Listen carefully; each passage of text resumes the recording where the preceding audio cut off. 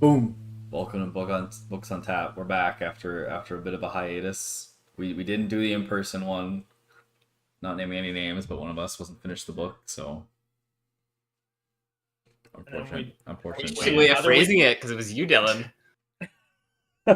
Sure, it was me. Definitely me. and then But we we're back. waited, and now it's Friday. We got Lots of things happen yeah. to delay this. We're back fully. We We returned. got Stella's on tap today, and the blade itself, the rest of the book. Yep. The rest of the book. Okay. Boys. I feel like we all have interesting takes on this book. I just want to start by saying I feel like every reviewer that calls this grimdark is just like insane a bit, you know? Define grimdark for me. Like, do you actually know what like the definition is of that? I don't know, I feel like it came off of like Warhammer 40k for the most part. Like, Oh, now I understand. grimdark No, universe. But like Um, this doesn't I feel do think it's very grimdark. dark. I I do think it's very dark. in some parts, but it's not like more dark than other things, you know? Like it has gruesome moments in it, but that doesn't, I don't know. It's too slapstick. It's too Guardians of the Galaxy. Like Yeah, but like it's I don't know. I don't know, do I find find- it yeah. a very dark tone, and then it does mean quite a bit throughout it, which takes you out of that very darkness. But like the actual world is a very dark place. I don't know. I was Yeah. having a jolly good time the whole time. I was like this. Like one chapter from Mistborn had more darkness in it than this entire book, bro. Like, yeah, Yeah. that's how I felt. I agree, but like genuinely good characters are like good people and like have good values and like actual joy. That's for a good reason. And like I don't know. I didn't find myself depressed reading it. I don't find it as dark as like some parts of Mistborn, but like the overall vibe of everyone pretty dark, I would say. Yeah, Um like I don't know. there was a lot of dark things and dark people in the book, but the tone didn't feel that. The tone intense. didn't feel yeah, exactly. The tone is not there in the grimdark. Like I feel like almost the whole time. Like there's bad stuff. Like I think Kieran nailed it on the head there. There's all this bad shit that's happening that's super gruesome, but it's kind of just like haha laughed away like right after it happens. Like, Yep. Yeah.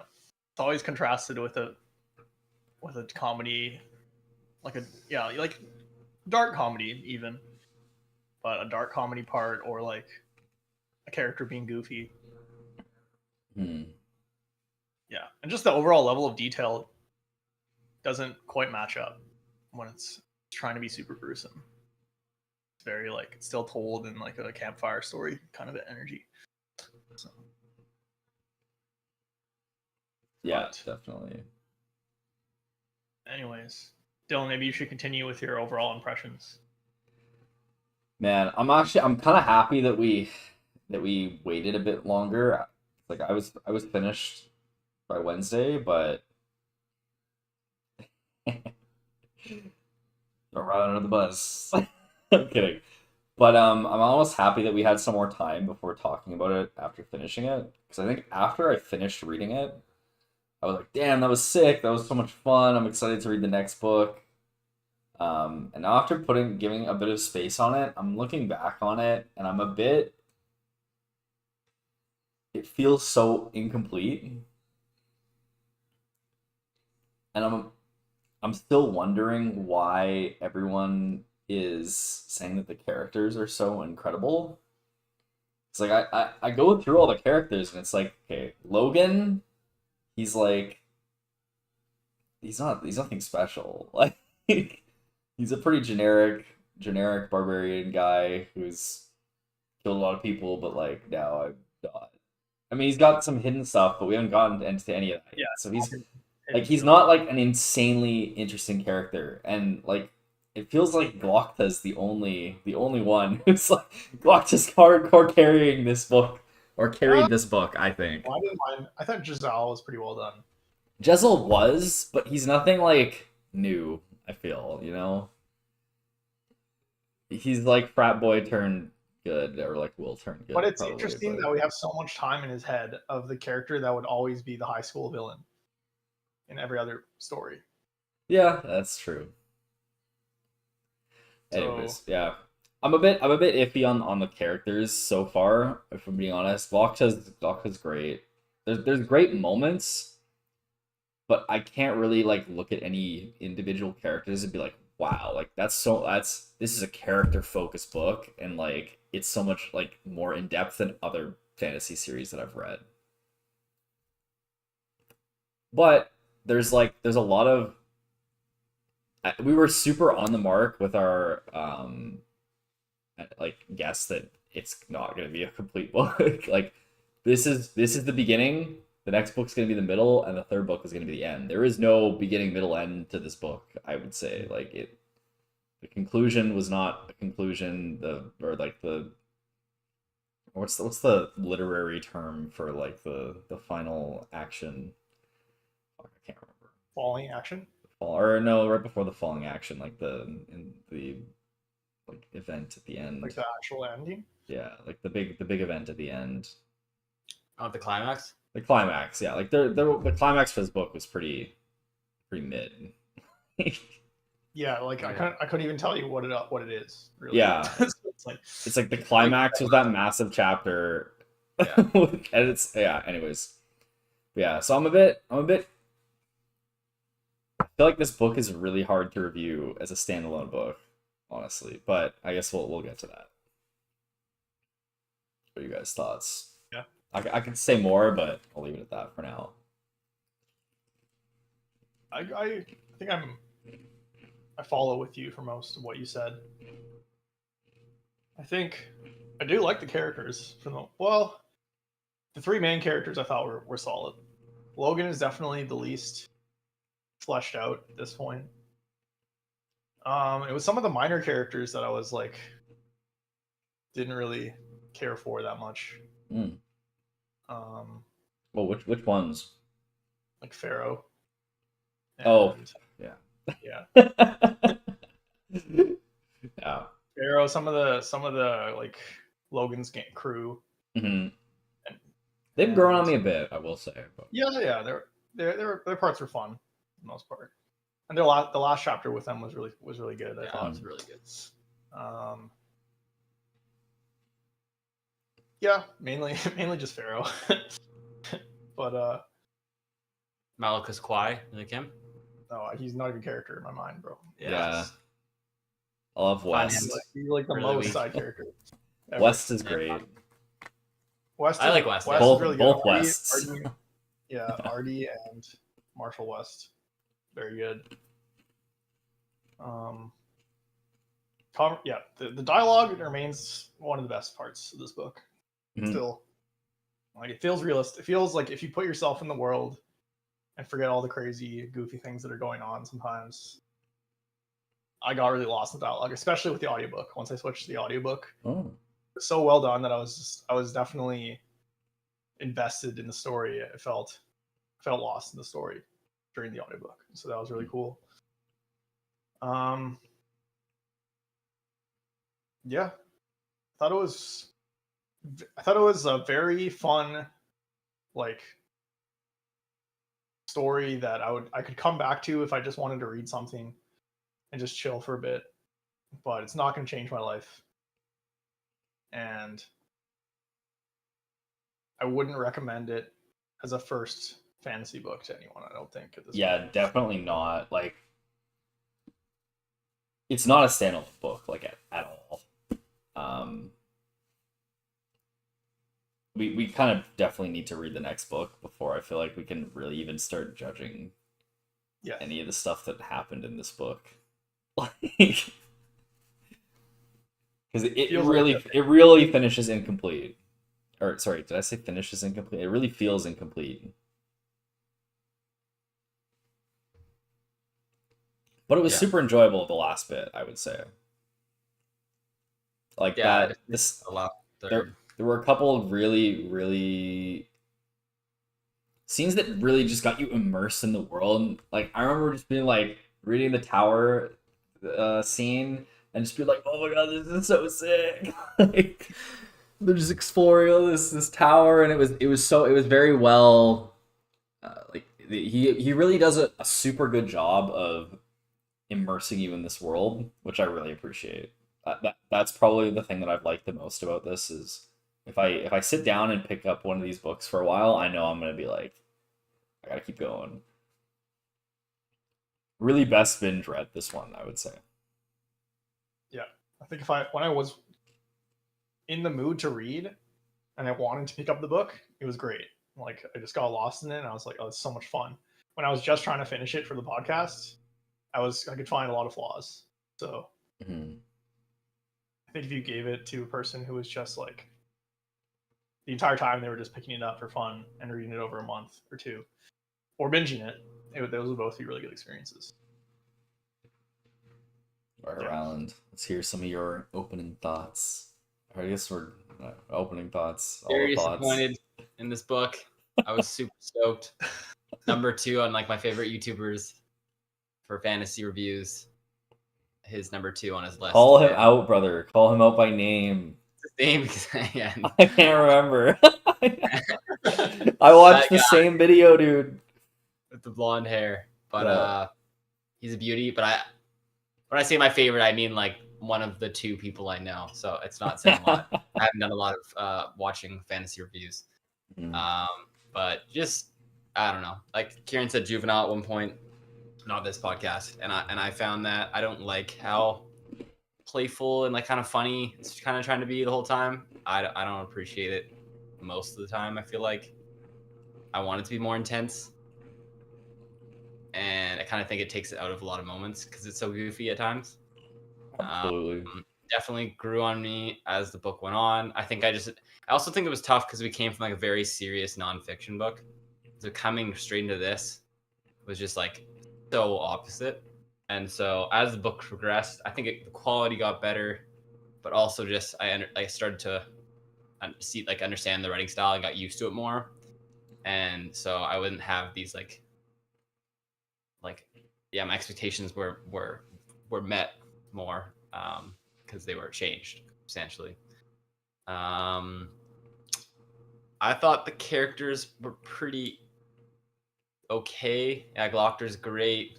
I think Logan's definitely got potential. I think Pharaoh's like got a lot of potential. I just think that's like I think she's being betrayed in the correct way right now. Like I think it's so common for a side character to come in like that and not really have a character like where we need to start. Like they have one and you start to understand her more and more, and then like that's how growth occurs. Like I think we're gonna get a lot more from her, and I'm excited. And I'm really excited for the next book in terms of like the dialogue between the whole crew come together. I think there's so many different interesting dynamics there. I wish Glockter was part of the crew, but I think it's really cool that he's back with Artie, and I think that's gonna really help his growth too. Well, he's not. Sorry? He's not. Oh man, I was zoned out the last chapter. Did I miss something? Glockter's getting sent to Dagosca. With them? No, he's going on his own. No, he's going. He's the Gurkish border. Yeah. The southern border with the Gurkish. You know, And he's leaving Artie? Yeah. What? Oh man, I missed that part. I was listening to it. I thought I was dialed in enough to hear that. Wow. Never mind then. My bad. I'm excited for his growth. I was really excited for the dynamic with Artie. Maybe Artie will go with him or something. Dude, that conversation with West was so fucking good. Yeah. Glockton and West's conversation. Oh man. That was incredible. That was probably my favorite scene. It was in the really whole good. book. I think we can all agree we can chuck out every scene that has the fucking navigator dude in it. Oh my god! Yeah, I forgot about that. Yeah, like, the dude, that would be on my list for bad hiker. Dude, the first time he came up, I was like, Saoirse, I found wit in this book. And then after like 2 more, I'm like, this is not wit. This is just terrible. Oh man, unbearable content from him. Sorry, Raul, I interrupted you there. And the audiobook voice for him was so annoying too. Oh perfect. no. Like, yeah. Yeah, no, I'm excited to see the whole group come together. I don't know. It's That's another thing that I found weird. I don't know if you guys experienced the same thing, but whenever the main characters got together, it didn't feel like they were meshing at all. It was just like each of their perspectives kind of in isolation as their own protagonists, and like not really interacting with each other. There was always like this character's opinion on the other two characters, and then it would like their conversations were very just objective based every time they were together. Especially like the House of the Maker part. It was like, oh, don't go there, go here, or stop, do this, and then it was like a lot of internal dialogue. I felt. Yeah, that's why Mary West is probably my favorite character right now. I loved his part where he just like he had his own standalone chapter and he was just going around and like kept trying to feel empathy for the people that he was approaching, like Pharaoh, and I think it was Glokta, and like a few other people, and it was so cool seeing that perspective, him like put himself in their shoes, and then like he's just a really good dude, and it comes across really well, and like that conflict with Artie. Just a really great dude, and then just fucking. Well, like that can be. I think that's like sister. Yeah, I don't know. It was so predictable, man. Like there's a whole chapter he just kept saying, "Oh, his head's about to explode. His head's about to explode." He's like the worst. He's like it sounds like he's about to fucking have a heart attack, and then like he just loses his shit. So I think that was super predictable, and made him more of a dynamic character, which is interesting. But overall, other than that moment, he's definitely the best character, the most kind-hearted character, and you're dealing with some fucks when the most kind-hearted character beats his sister. Yeah, like, I just think they wanted to make him not one-dimensional. I guess I don't know. I don't think he's that kind-hearted. I just think he's like just trying to. He's very understandable what he's doing.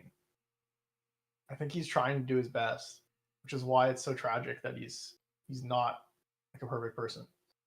Yeah, I feel like that anger, I feel like it didn't really fit his character too well.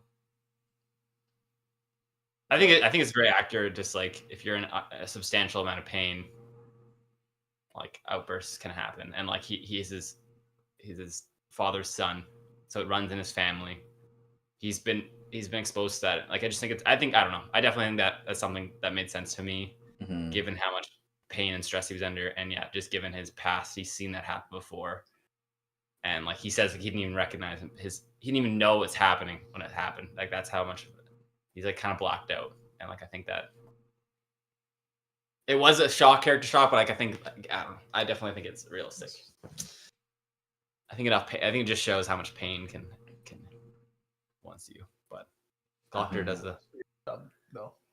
That was It was super fucked up scene. Super good.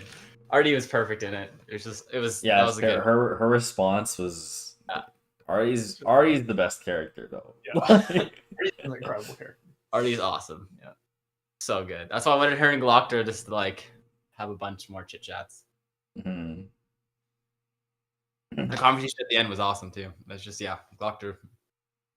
Yeah, Glokta's probably the best character, but Mary West is also there. Yeah, did you guys look at the back of the second book yet? I don't have it. I don't have it.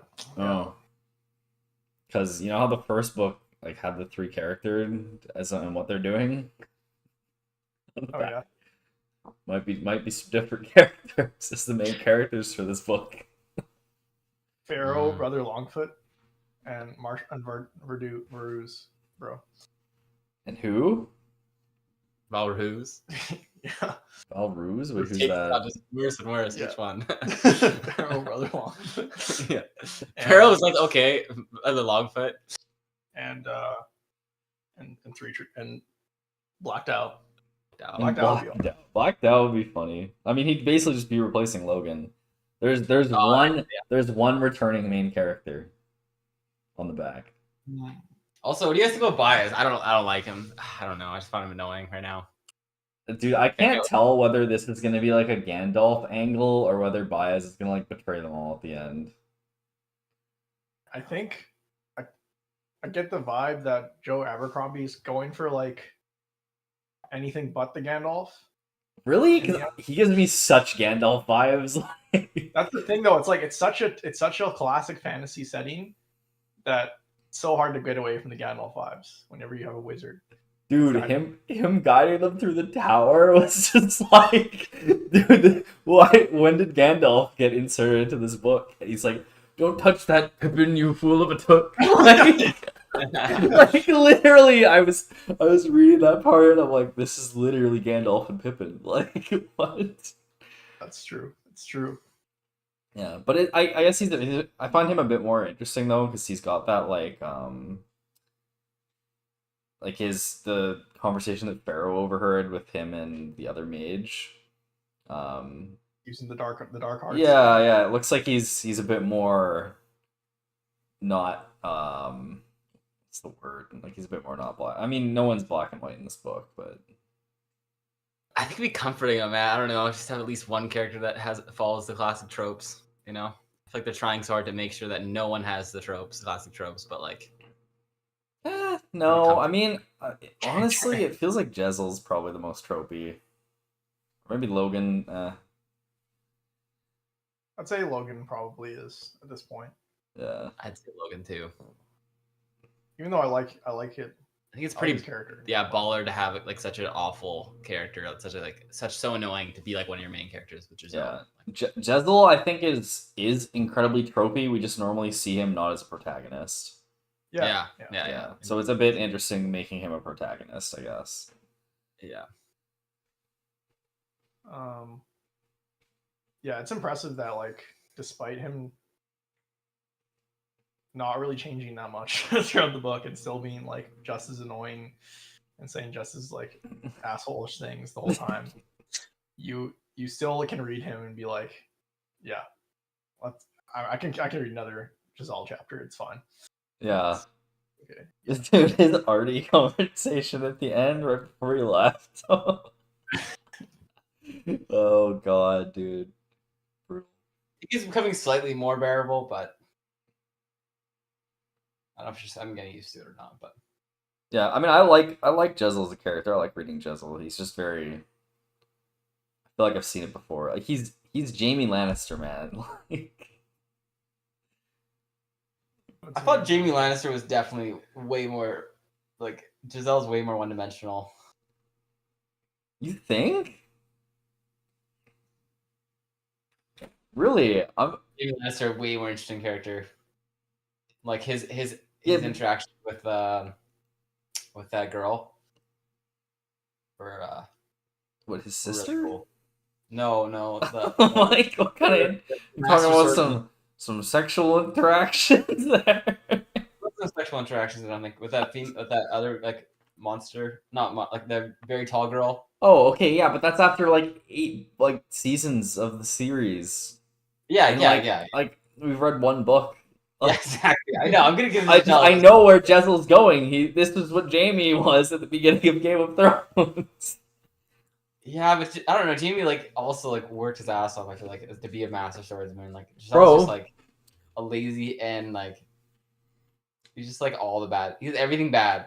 It's just like Jaime was like a beast. Jaime was like objectively awful in the first. But he was a master in his craft at least. Sure. I mean, yes. Yeah. I mean, I don't disagree, but it's the same character arc, right? Like, same type of character. Yeah, I don't know. I have more respect for someone who's like passionate about something. Giselle's like just nothing. Just Jezel's passionate about arty. Yes. It's passionate about woman. That is so boring. About one woman. Yeah. Only because she doesn't like him. Yeah. Only because she doesn't like true. He knows en masse. Yeah. Quote. Yeah. I deserve to be treated horribly. And I like that. Yeah. I think it's also tough. I think Jamie, like you didn't see his inner thoughts as much as we've seen Giselle. So like, I think it would probably be easier to like Giselle more if you just saw him on screen, because you wouldn't be in his head so much and seeing just how awful his thought process is. You know? Maybe he does some pretty stupid shit and says some stupid shit, but I know I'm excited. Like, I mean, Jezel's obviously gonna have like some kind of redemption arc at some point, but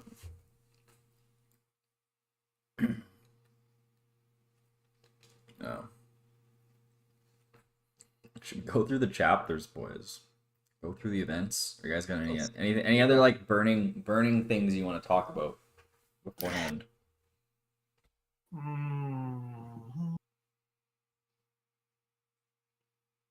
No. Good to get into it. Cool. Do it. The Flatheads, boys. We are starting right before chapter 2 or part 2. We're on chapter 15. We got a lot of chapters to go through, so we'll try and do these relatively quick, going through these. But this is where we get introduced to Logan's old crew, and they're fighting some Flatheads. Yep. We got Dogman, Three Trees, Grim, Black Dow, Forley the weakest. I think that's everyone. Yeah. Oh, and Thunderhead. Thunderhead. Can't forget about Thunderhead, bro. The classic character, Thunderhead. I think we chatted about this chapter after while we were reading it, like right after we read it, and I think we were talking. I think one of us hadn't started yet, and we were like, "Yeah, the first chapter after it is not great." Yeah, and that was this chapter. Yeah, it wasn't a good start. It was weird. It was weird getting introduced to so many characters this late in the book, and also the tone was like expecting you to be familiar with them. Yeah. Already. Yeah. As a group. Yeah. Yeah. Too much information at once. Yeah. It felt off. This chapter wasn't good. Like, if this chapter followed the first 2 chapters with Logan, then I would be like, okay, this makes sense, and now I'm returning this book. But it's like, yeah. True. Yeah. It felt weird this being so late in the book, but it kind of makes sense, I guess, with how everything ended up happening. But still, the tone here was just not great. I feel like unless the Flatheads become like the most important thing in the book.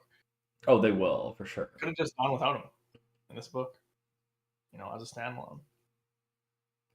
They were never really described properly. Yeah, that's actually true. Could we have just ignored all the Flathead just been Bethod's army the whole time?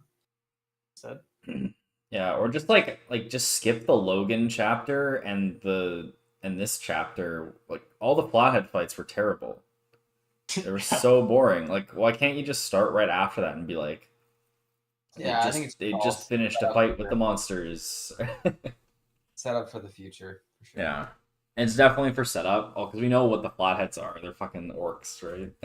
Yeah, they're orcs. Yeah. Orcs made by your boy the Maker. Canadian. Oh yeah, Canadian orcs, dude. Yeah. Flatheads, Canadian orcs. That's actually hilarious.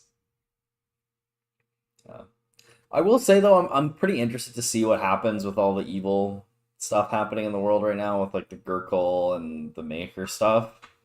Like, he put enough in the last half of this book that really made me like, oh, I'm interested in seeing what happens. Yep, feels like it's opening up in the fantasy world. Yeah, and learning the history behind all the stuff with the Maker and what's Baez. Yeah. Yep. All right. Okay, moving on. Move on. What do we got here? The Chorus of True Love. Fencing practice. Oh, this is this is the chapter where Jezel talks with Glockta, and he's like goading him into quitting. Oh yeah. I thought this chapter was pretty good. Yeah, this is where he's like, "Oh yeah, Artie fucking hates me." Wait, was that this chapter? Yeah, he was. Or Artie is drunk, and she like roasts him relentlessly, and he leaves. yeah. Yeah. What do you guys think of this one?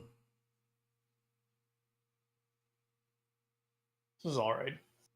So the end was pretty bad when he was like, "I'm gonna prove them wrong. I'm gonna prove them wrong with my strength. I'm gonna be good at fencing." After all, Yeah, it was very much like the fucking classic school kid like mentality. Yeah. I thought the quality wasn't good in this chapter, but it was entertaining the whole time. Yeah. Conversation with Glockta was good. The order with Sulfur was just interesting a bit. It was really weird. And then Artie was good. But yeah, like all those happen like right when he starts contemplating quitting it, and then he concludes, I must, go back into fencing, and like I just thought it was very put a lot in this chapter. Yeah. I think the highlight here was the Jezel Glockta conversation, but I can't even really remember it that much. Like, mostly just Glockta being like, yeah, he fucking quit. "I was better than you. I was stronger than you. I could have killed you, bro." And, like mentally, internally, and then goading him.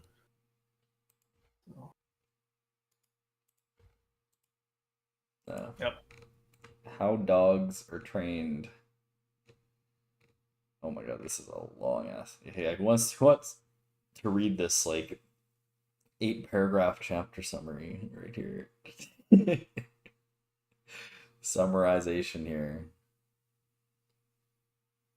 Oh, this is where they grab Hornlack.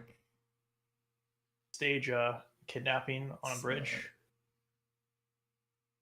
Some sailors.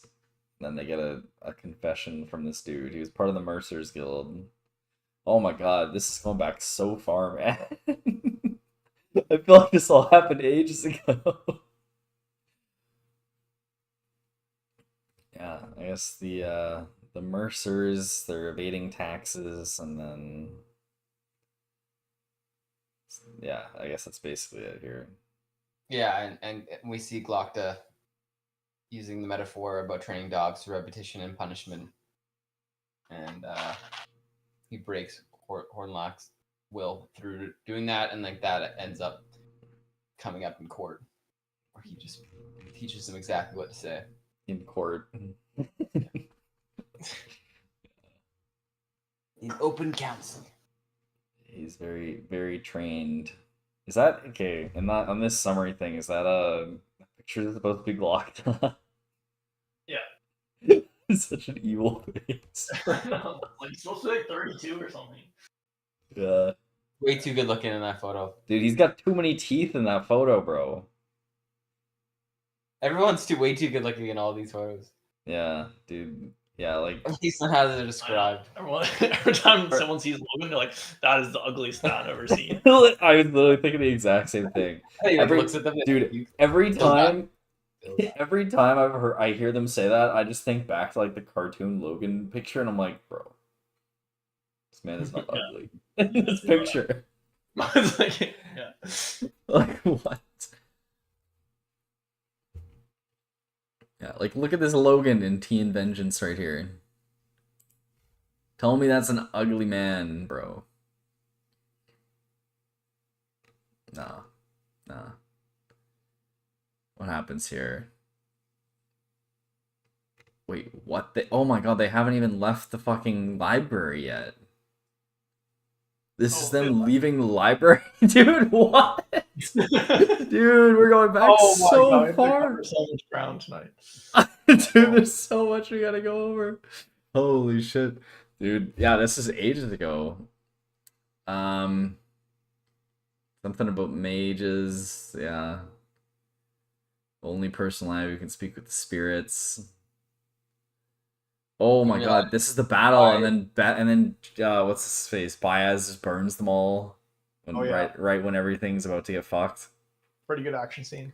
Yeah, I quite like this chapter. This I think was like the redemption chapter. You know? This and the previous one after the other two. I remember this was a good one to read. I like the part where they're drinking around tea around the fire and Baez is quizzing Master Kwai.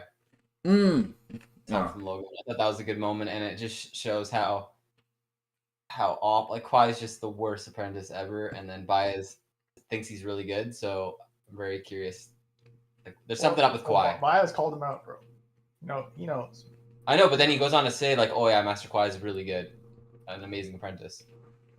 Yeah, I don't know what's up with that. They're looking pretty fucked against the Eaters.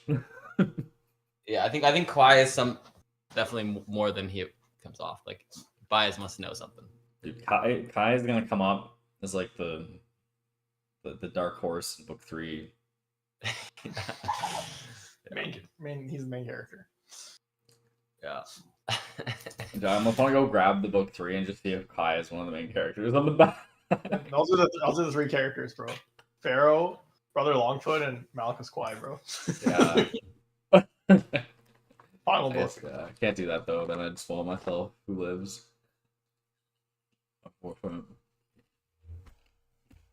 Who do you guys think's gonna die first out of the characters we know? Oh. Jezzel maybe? No.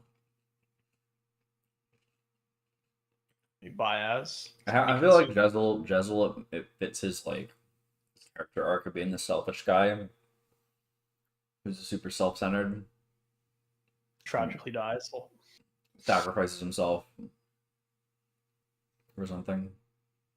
That'd be interesting if Kwai died and then someone else took up as Baez's apprentice, like Logan, or something like just like a big like plot twist, like what? Yeah, just something like that would be so unexpected. You guys know how far back we are? I know. We're so far back, Pharaoh hasn't even been introduced as a character yet. Yeah. Pharaoh's not coming for a while yet. Yeah. I think Pharaoh's the next chapter though. Oh, actually, okay. Yeah, what freedom looks like definitely is the. Yeah, I think she was the first part of part 2. I think Logan's gonna die book 3 in the first part. That's my prediction. He's the next one to die. He's always got to be still alive though. Yeah, and I feel like Logan's not gonna die. Maybe He's gonna be the only one left. Book 3. I feel like they're not gonna kill off a bunch of characters. Yeah, I feel like most people are gonna live through book 2. that's what I think too. That's why I said I think he's gonna die book 3. I could see a Baez dying, Gandalf style. And then come back as Baez the White. Yeah, exactly. Baez the White. Dude, I was Baez the Gray before. Gray because of my morality, but now I'm Baez the Good, and I will be the only good person in this whole book. I'm not gonna troll people anymore. I promise. I'll blow people up. Yeah. Fucking Pharaoh here. Pharaoh gets introduced in what freedom looks like. And her and Yulwei.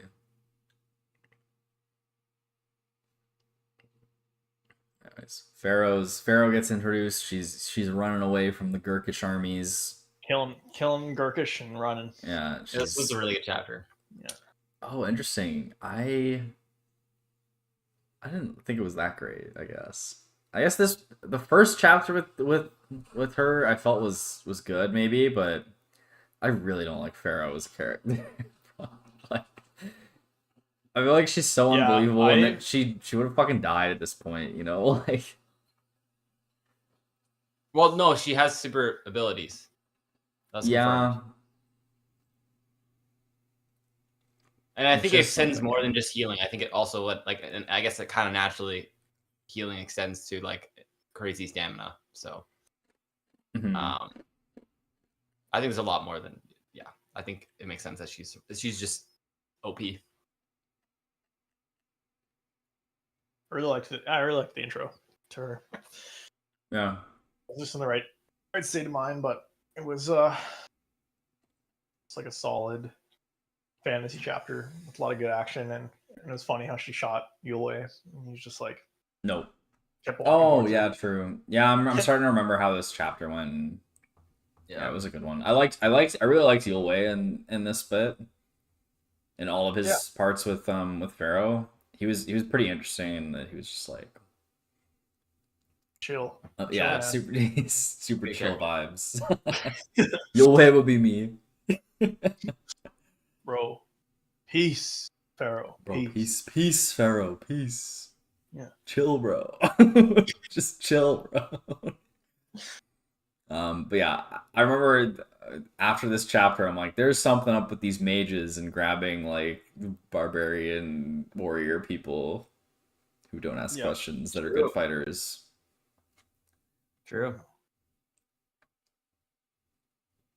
And seems like that is the case. Reading a bit more. Moving on to the next chapter. The King's Justice.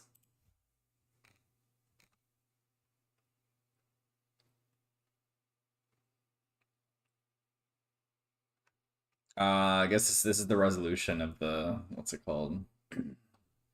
The Mercer's Guild. I was surprised it went so smoothly. Yeah. I mean, I guess this kind of felt like how. Dude, I wonder if the book could have like started here. Yeah, it would have been a better opening scene than what it actually was. Yeah, it's hard. This will be a good one for a film, for a movie scene. Yeah, Always well, like files are good. They're good shit. So.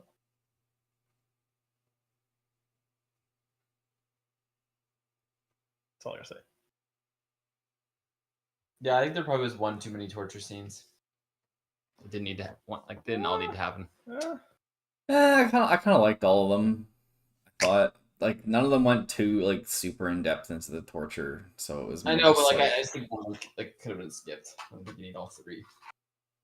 Even though they all kind of have their point. Yeah, I feel like something more identifying is that the structure of this book is off in some way. Like I feel like that I'm like, oh, I wonder if the book could have started here, and they're all like, yeah, maybe it could. You know, I feel like that's like an indicator that this book could have been structured better. I think. Like going back to the English 11 like plot diagram, it's like pretty flat the whole time. The energy is very flat.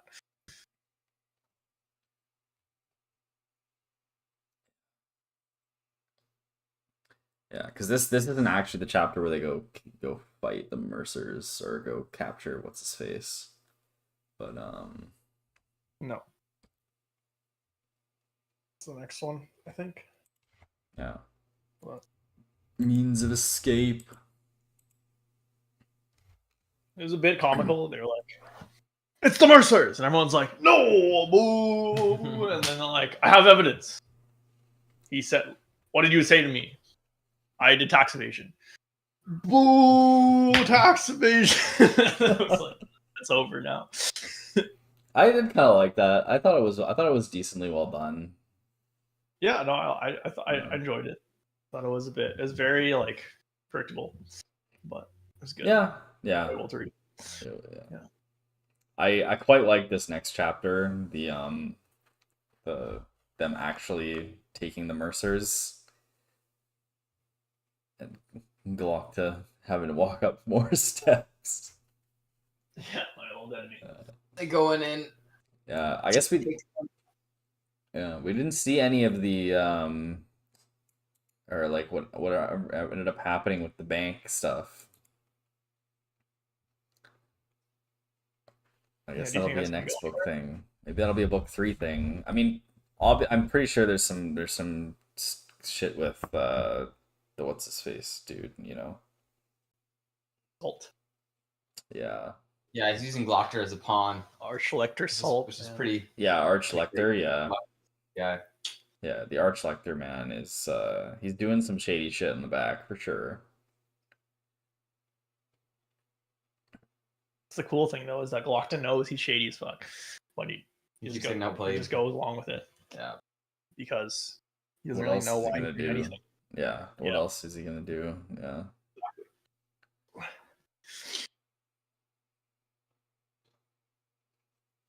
Yeah, they go in a very good like Sherlock Holmes like combo in the bedroom.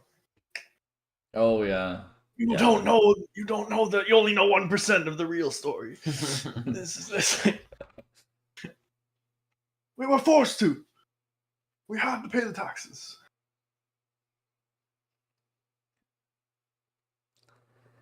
Yeah, the banks own everything. Yeah. There's some shit in the union. You said of Dylan last time, like he does a really good job of showing just how much chaos is happening in this government and like the downfall is like happening around everyone. So And fucked. this is just continuing to do a good job at that. So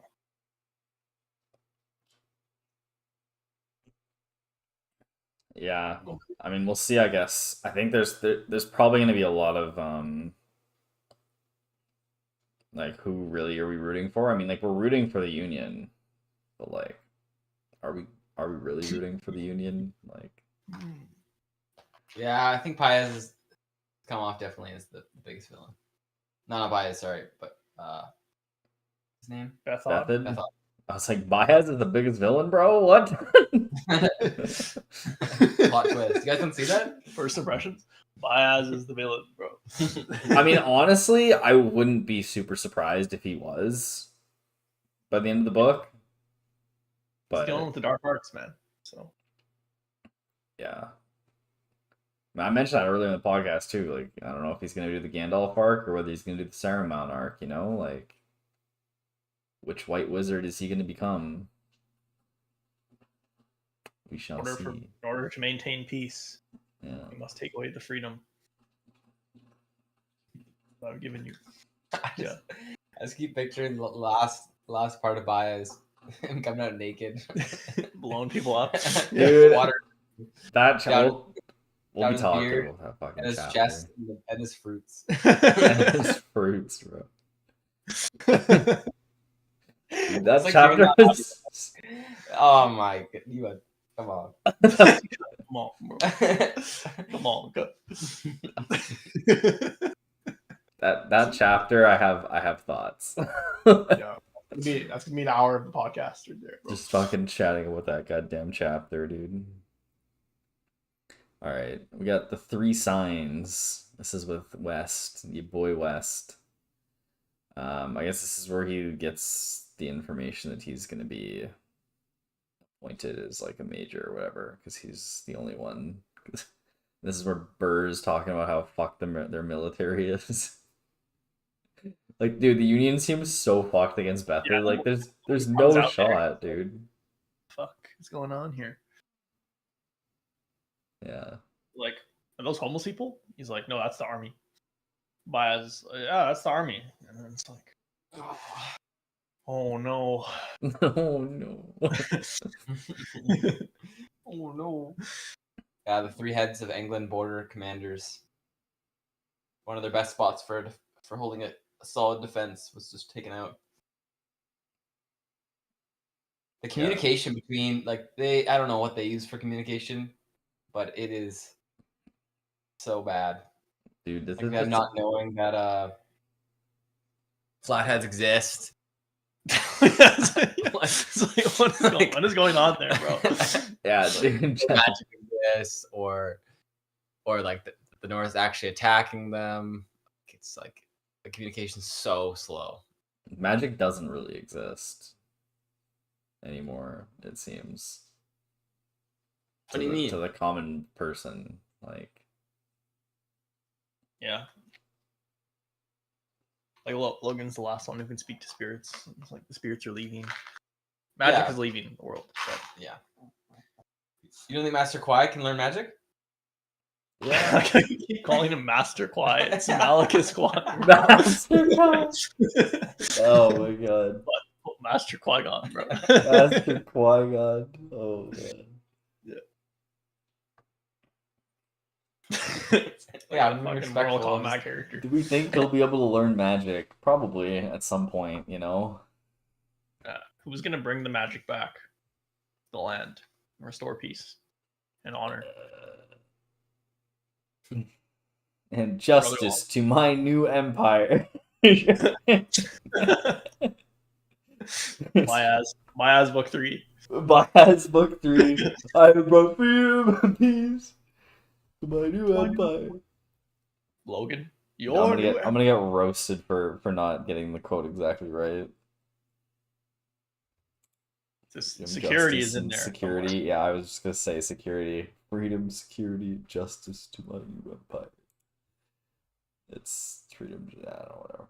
Anyways, next. Next. Yeah, this is where West almost strangles Giselle for dating Artie. Oh, I missed that part in 3 Signs. Theatrical outfitters. Oh, yeah. dude, this part was funny. I like this part. Yeah, you go to the costume store. Yeah, he's talking about how he's gonna put on a play for like but they're really just getting themselves dressed up for. So Baez, first of the Magi, tries to join the council again. It's like, is it a comedy or a dramatic? He's like, we'll find out. Yeah, I really love that line. Actually, I remember thinking like that's hilarious. That was good. Yeah. I mean, I guess this chapter gave a lot more like context on the Union, I think, and like what the society's like there. It's like they can't just show up looking like they do. Yeah, they need to look the part for them to get accepted. Looks matter in the Union. All right, barbarians at the gate.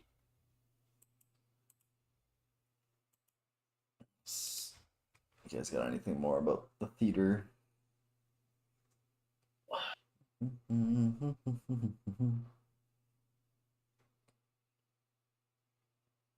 do we got here? Barbarians. Luthar's running. He's doing his running.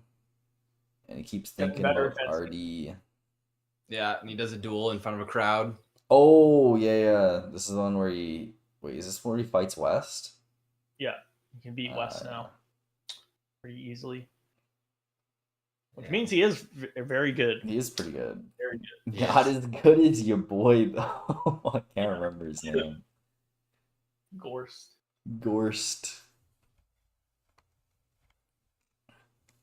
Oh, that's one of my favorite chapters. Yeah. Hey, you guys don't think that Best Served Cold is talking about tea, you think? Like the last book? Served cold? Best Served Cold?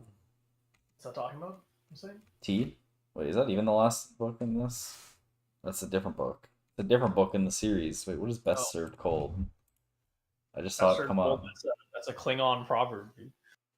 Revenge is a dish. Oh, it's a standalone novel. As part of the First Law? Yeah. Oh, it is First Law. Oh. It's in the universe of the First Law, but it's a standalone. Interesting. Anyways, it just came up on my... Huh? At the start of Kill Bill, it says revenge is a dish best served cold. Klingon proverb. Oh. I mean, I was joking that it's revenge is best served cold, but it's tea. Tea. Anyways, barbarians at the gate. After the match, what happens? Oh, then Jezzel runs into The boys finally arrive at the Union. Baez, Master Kwai, um, and Logan. Yeah, I would have thought that Logan would have been like more feared. I feel like there would have been more like, oh, he's the Nine Fingers. I wonder if he's the Nine Fingers. But I guess his reputation doesn't precede him here. I think they remember a lot of people, like, as soon as they looks at them, they run away. I think I remember hearing that multiple times. Yeah, but it's not because he's Nine Fingers. No, it's just because he's scary looking. Yeah. Like we said, communication from the north doesn't really come down here, so. Yeah. He's a named man to the barbarians, but not to anyone else. Alright. Next. I guess the next chapter is called Next. I need you all to clap for that one. Alright, what happens here? Oh yeah, what was Superior Callan wasn't actually the leak. And then they get Goyle coming in. Pretty cringe. Goyle was pretty useless. What did you guys think of what's it called?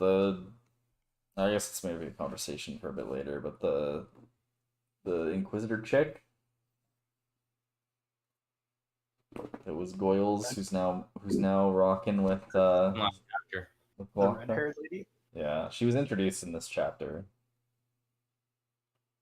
Do we know that much about her? No. Says she's magical. Is she magical? She's got some magical elements to her, it seems. With the fight. It seemed Did like she? I didn't think so. I mean, I guess she got back up. She got healed pretty quickly, I feel like. Although, I mean, she was pretty, like, destroyed at the end of the book. Yeah, I felt like that was just. It wasn't like she healed quickly. That was just meant to show that she actually did get destroyed. Yeah, yeah. I misunderstood. It seemed like there was a bit of magic going on. Like, really weak, but like just like not overpowered like Bias, but definitely. Yeah. I mean, Logan just barely beat her when he wasn't in Bloody Nine mode. Yeah. Fucking, that was weird. Anyways. Oh yeah, Glockta learns that Baez is here and he's going on like his investigation into Baez. I felt like it was weird that like Glockta didn't even like consider that he could have been telling the truth until like the very end.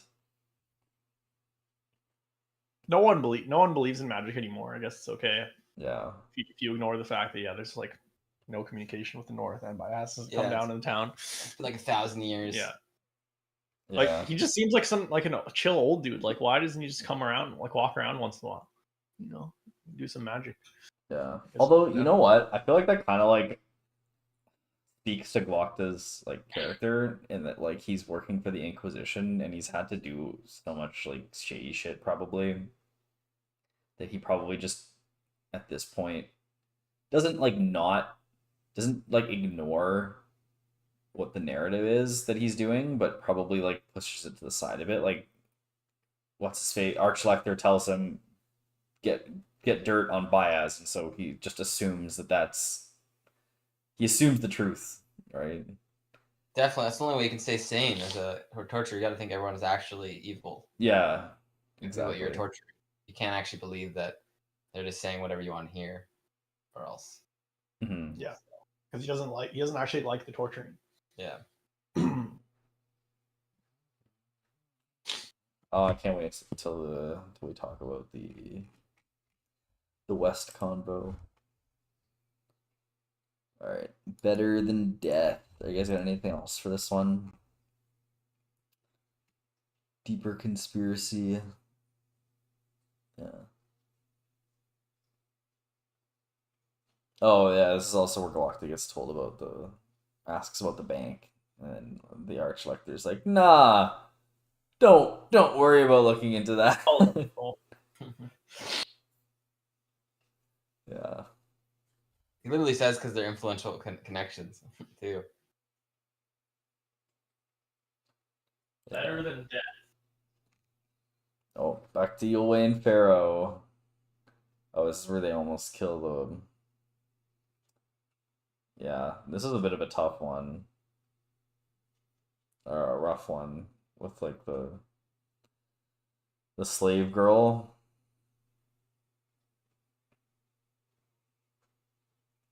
That was rough. That was really rough.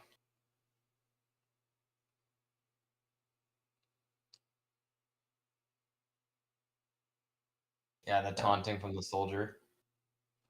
Like, oh, it looks like you like her. You can have her for this price, you know. Mm-hmm. Was there another chapter that we missed? I felt like wasn't there one chapter where they walked past like through a camp? I think that was after this, wasn't it? But was it after this? Because this looks like they reached the. Or maybe it must have been after this. Yeah, it was after this. Yeah, and they've got the massive fleet of ships that Glocta's definitely not gonna have to deal with. Oh no. Alright, sore thumb.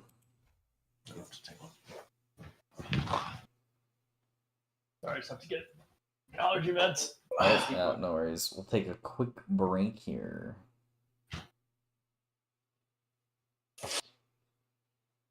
I'll raise my hands like this so you can see on the VOD when we're back.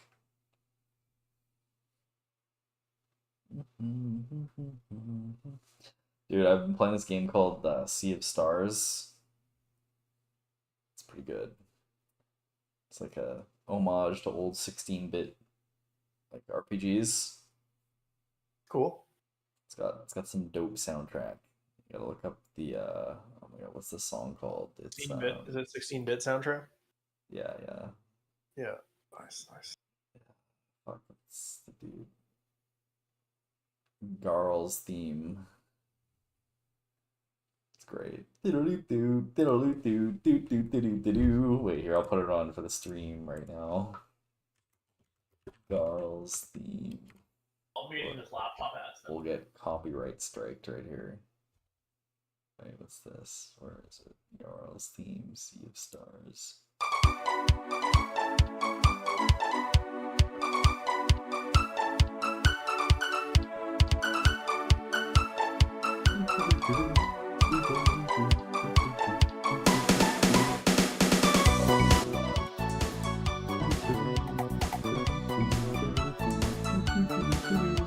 Anyways, there's the Sea of Stars theme. Played a bit of it. Very heartwarming story. Would recommend. What's the gameplay like? It's like a turn-based RPG. So it's like very classic, like the older Final Fantasy games. But it's got a couple twists on it where almost all the abilities have like a timing aspect where if like you hit the button at a certain time during the animation, like right as it's about to hit, you can like deal more damage. So it's a bit more interactive than like just a generic turn-based one. And then you can. No, it's not. It's very not grindy. It's very just like you're going along the story beats and just fighting along the way, and you don't ever have to like grind for anything. Nice. At least so far, I've probably played like 2 days a bit, or like maybe like 6 hours, 7 hours, and maybe it's pretty good. I'm enjoying it. The art style is just like so good. This up.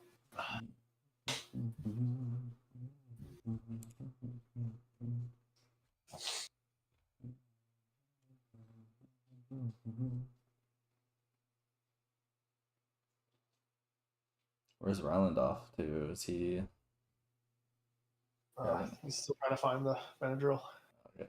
I'm gonna grab some water quick. Yeah.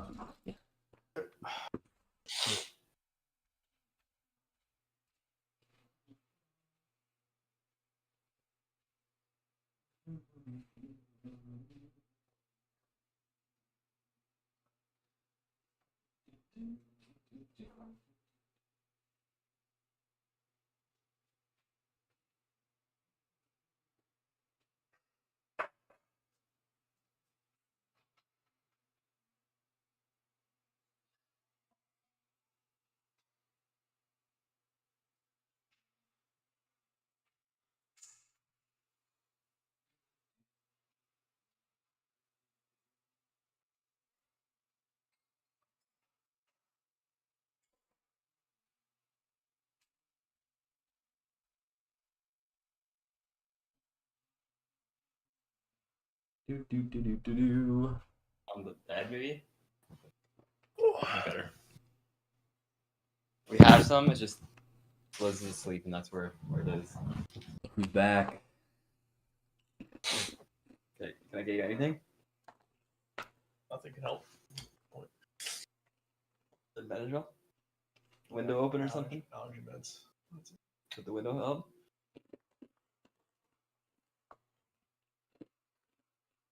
Dang.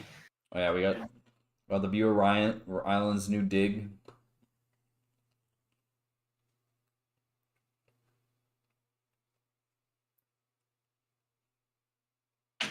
You guys finish that chapter? Yeah, I think so. How did we got? Yeah, I think Lucas been still on that show. I don't think he's been on there at all.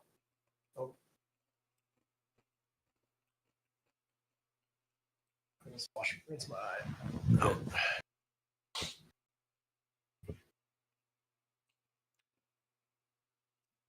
I'm saying we Yeah, got. there's already laptop ads on Kieran's thing.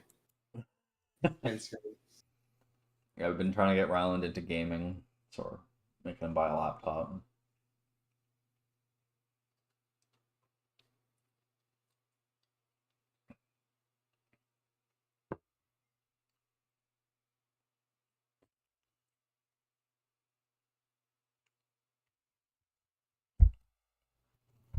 I'm gonna go grab my book. I'll do that. I'm Right. gonna throw the Do it. back up here. Sore thumb. Oh, are we going? Are we waiting for Karen? No. No. All right, we lied. All right, we're on sore thumb. We're back. We're back, boys. Oh, I gotta do the pajonkas. So I'd raise my arms when we're back. So you can notice on stream or in the VOD. All right. Oh my god, this is the one where Logan wakes up and then the eater comes into his room. Right. Oh yeah, the vase. Yeah, and he's carrying the VODs, about to take a pee in it. And he sees the female eater there. And suddenly feels super cold. And then Bias comes and saves the day. And explodes the room.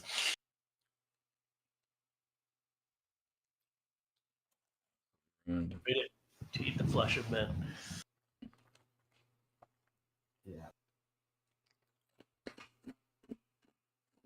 Wonder if you eat the flesh of men at all, you become an eater, or you got to do some sort of ritual.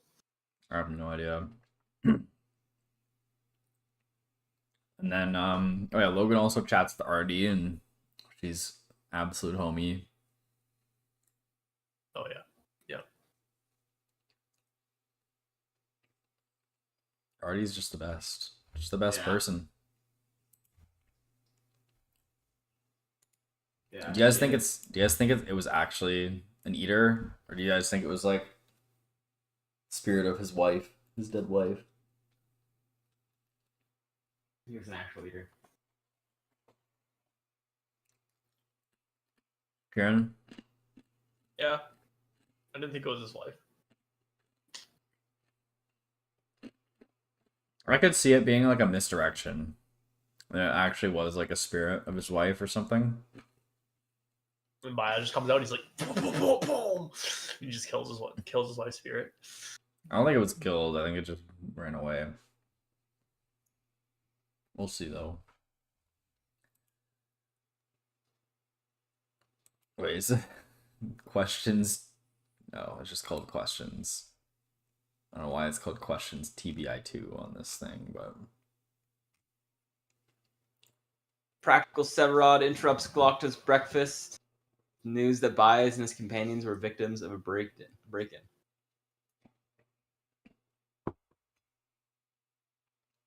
He also updates Glocta on what Logan's doing. oh yeah, he gets Severard to ask about the bank discreetly. Yeah. He interviews Logan, Malachus Kwai, and Baez, and I thought that was really well done. Like that balance of Glockter just being like, Come on now. this is the most ridiculous story I've ever heard. He's like more convinced that they're all bullshitting. He's just so thrown off by responses. There was something about like, oh, they're good liars because they just everything's a lie. Then you can't pick out the actual lies from the truth. Yeah, but really, it's all just truth. Yeah. Logan's so honest. He's like, yeah, I can speak with the spirits, and I was once Bethod's champion, and did you tell Glockta that? Yeah. Here? Are you serious? Wait, I don't think he does. He does. He definitely tells him the Bethod's champion.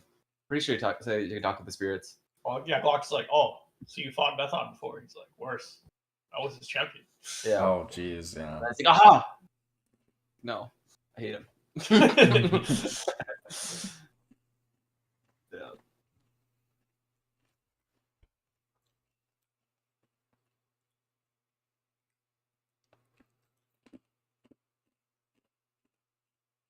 Yeah, I like the Baez's respect for Glocta. Yeah. Dude, Baez used to be the lead Inquisitor, man. Yeah. Crazy. This is a good chapter. Yeah, I quite liked it. Dude, you look at the chapter, and if it says POV Sand and Glocta, you know it's a good chapter. Mm-hmm. It's really weird how it works.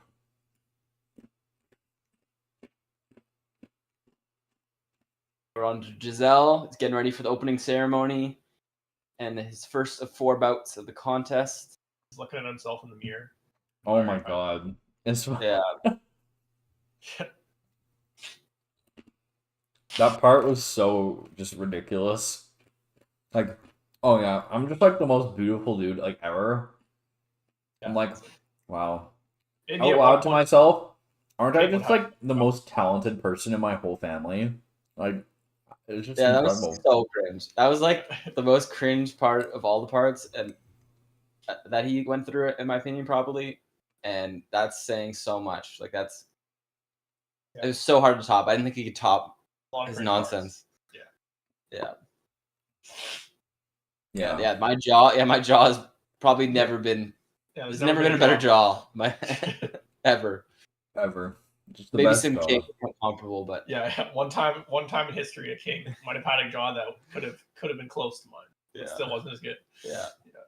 Oh really? Yeah. So bad. Zell messes that guy up. Easily beats them. Yeah. With some nerves. Bremer Dan Gorst. You just think Gorst's gonna come back up again? I hope so. I hope so. He seemed like a homie. Yeah, I liked him a lot.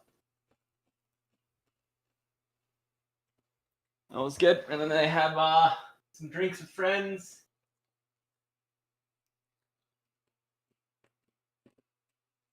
Wes is displaying how worried he is about the North. And tells him about war they're going to depart for. He ends up meeting up with Artie. And they kiss, yeah. They passionately kiss. And then she sashays away, having toyed with Jezel's emotions like a consummate man-eater. That's what it says in the fucking chapter description. Oh man, whoever wrote that. Well done. Shout out to the first law wiki Yeah. for these summaries that we're summarizing. We're back to the Three Trees and Dogman squad. Dark work. It's your boy, the dog man. The dog. The dog himself. The best character. I guess this is them. This is where they decide their leader, right? Three Trees? I think that was the first chapter. Oh, was it? I thought they didn't just figure that out until here, but No, I thought that was one of the first chapters. no. Yeah. Fair enough. Here they find the farm that's been burned down and the people hanging. Oh yeah. Yeah, and they destroy them. Oh, not Forley, bro. Yeah, they're just really instilling in all these chapters how awful Bethod is. If there's any doubt in your mind that he's a piece of shit, this is Bethod's an evil man. yeah. They have to kill the young tax collector because they can't take him with them. They can't release him. That was a Yeah. bit savage, but yeah, fair enough, I guess. Dark work indeed. Dark work indeed. All right. It's for work like this that you bring along a man like me, Black Dow. Words and dust. Lovers to friends.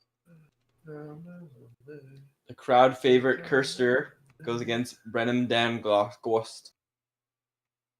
Oh yeah, this is where they watch Gerst. Oh my, holy shit, dude! This is like a multi-page summary.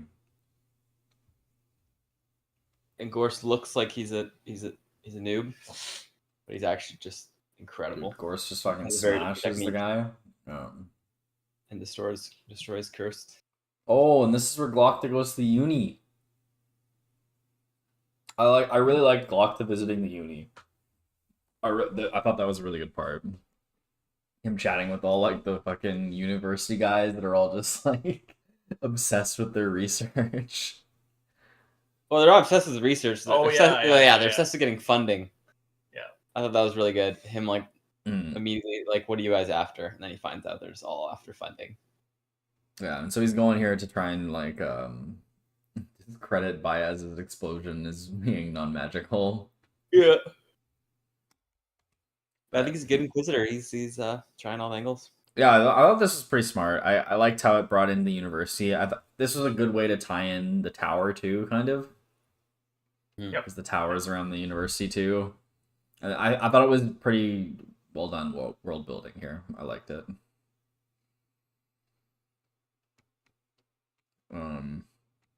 Yeah, and basically none of the. They're like, you need fucking all the TNT in the world to make it go through a wall like that. Like, so he's like, yeah, no, something else might happen there. Oh yeah, and then he reads the scroll from the historian dude, and he's like, there's a key. If he doesn't have the key, we'll fucking fraud him. Yeah. I was a bit surprised when he actually did produce the key. He's like, this key, bro. I thought it was gonna be like, I left it at home, bro. Yeah. Oh, that was destroyed like 100 years ago. Oh.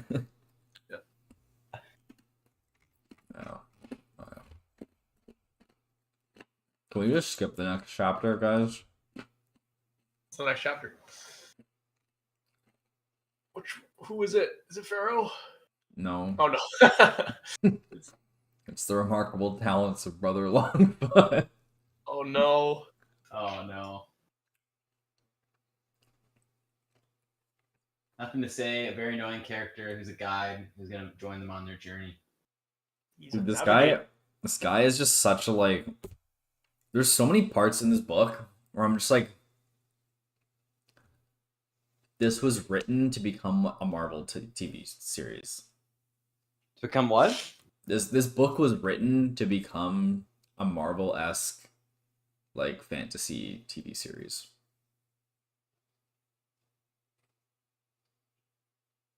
Like that's Like the meaning. the memeing, the joking, like all the tone of this book is so Marvel. Yeah. Yeah. It's a good point. I used to like Marvel a lot more. Maybe that's just I've just outgrown it, and that's why I've outgrown this kind of type of book. Mm-hmm. Not into the comedic relief at every point as much anymore. Yeah. I'm hoping it'll die down a bit in the next book. I have a lot of faith. I still have hope. I still have hope that gone down a lot, but I still have a fair bit of hope. yeah. I'm a bit like so many people have this at like the top of their list of fantasy books. Like there's no way. I'm just surprised because like usually if the first book's not incredible, like usually it's the second book that's not great, you know? Mm-hmm. Usually if the first book's not incredible, then people don't read the second and they just leave a bad review. Like for people to say the series is so good, like that's a lot of dedication to. It's been surprising. Yeah. Like, I'm honestly like so surprised that this has gotten this amount of praise after reading the first book. Yeah, what was it? When I get mixed up in the titles, there was one of the books, the brothers, Ranger's Apprentice, Ranger's Apprentice, and Assassin's Apprentice. Assassin's Apprentice. I feel like we did the same here. We Yeah, like we- accidentally read a different book. of the book series. Damn, savage. Yeah. But true. At some points, especially the remarkable talents of Brother Longfoot. Yeah. But the next one chapter is her kind. Dude, I just wait. I don't want to actually skip this, but him just like opening the fucking pouch as they're Yeah. like, it's just like, bro, like He's dude, been around all around the world and not died. There's a lot of like it's like Pharaoh, like you just attack everyone you see and murder them. Like how far are you really gonna get in Yeah, I like know, doing that? Like Yeah, like she was gonna die from those eaters if Yulwei hadn't come. oh, she was so dead, like literally. Yeah. It's like would she not learn that she's just being like an idiot? Like I think she just doesn't care though. I don't think she has any like well, actual. she cares about vengeance. She cares about getting her vengeance, and that's it. That's your actual goal. I don't think you care that much about living. Like I don't think you're being logical at that point. Yeah, fair. She's not strategic in her vengeance at all. She's like, I'm just gonna go and kill as many people as I can. I think I think her desire to live is very small. Very small. Yeah, that's fair. Also, this I guess is the first time she's been freed. I guess I don't know. It's hopefully her past will make a bit more sense as we go into book 2. Her kind fight everything. I will say, Pharaoh is not one of the characters we're following on the back of book 2, which I'm thankful for. What are you thankful for this Thanksgiving? What are you thankful for? That we don't need to listen to Pharaoh. Pharaoh is not a main character. You sound like Yulwei in the audiobook. Followed by Her Kind Fight Everything, another Pharaoh POV.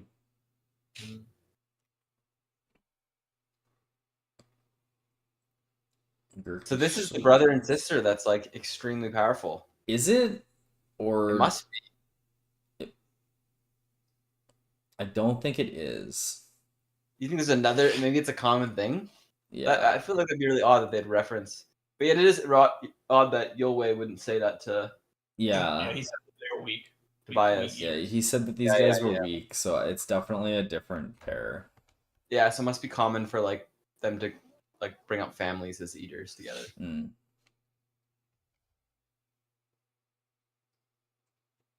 They've broken the law. Yeah, this is where it's revealed to us that eaters are second law. That they've broken the second law, eating human flesh.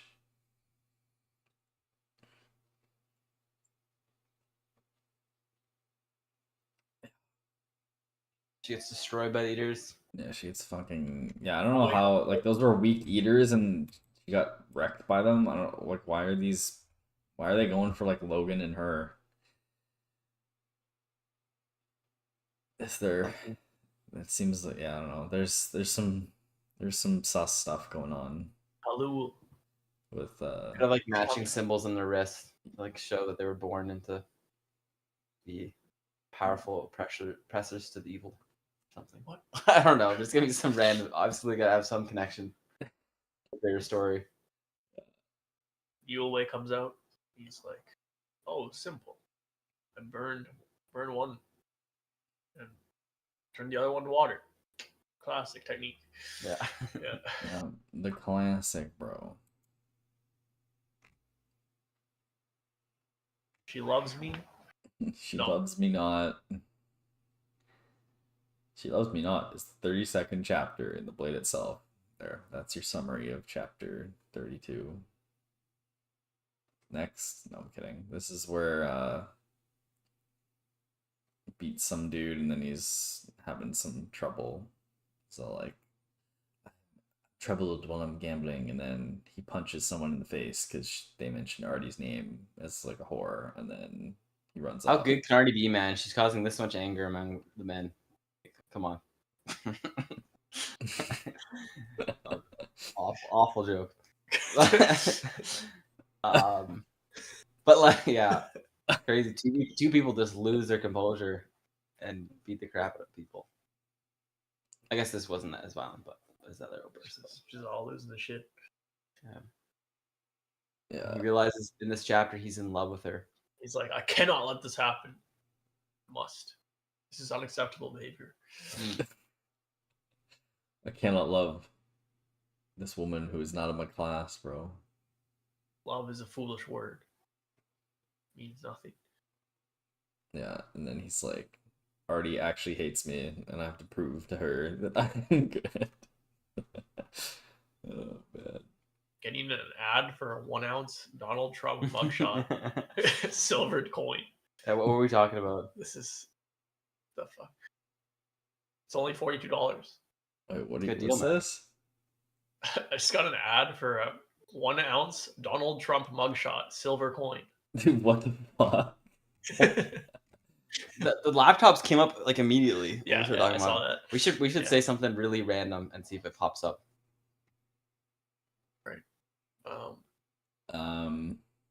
All right, what are we talking about?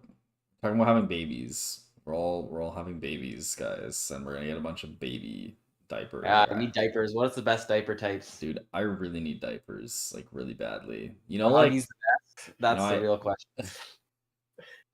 Is there any better brand that I could order online?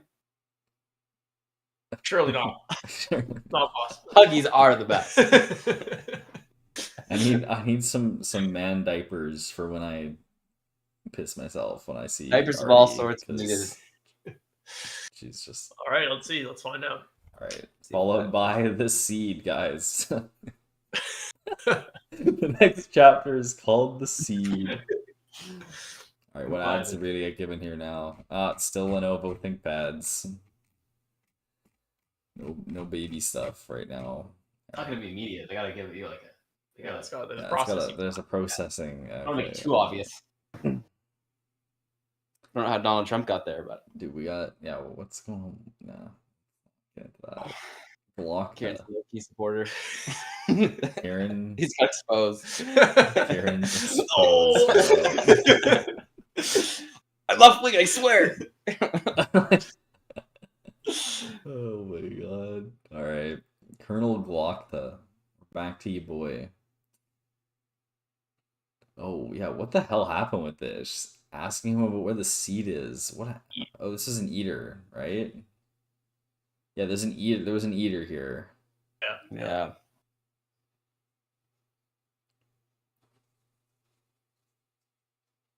I listened to this. I was in the forgot. dark forests of Mount Doug. Oh no. Good. Yeah. Vibe. It's a good vibe.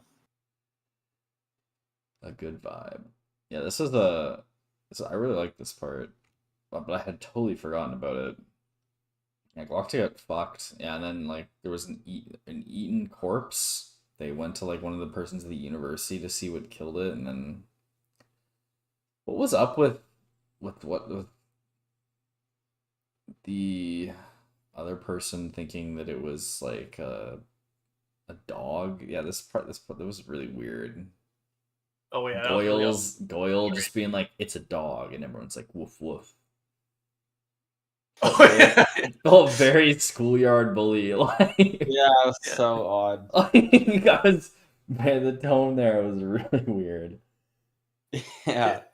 Well, I think he literally says it's feel like a circus. Like Locke said that. The surface clowns are in town. Yeah. Stones. And Stone Splitter's one of them? Yeah. Is that his name? Stone Splitter or something? Was it? Yeah. I think Stone Splitter.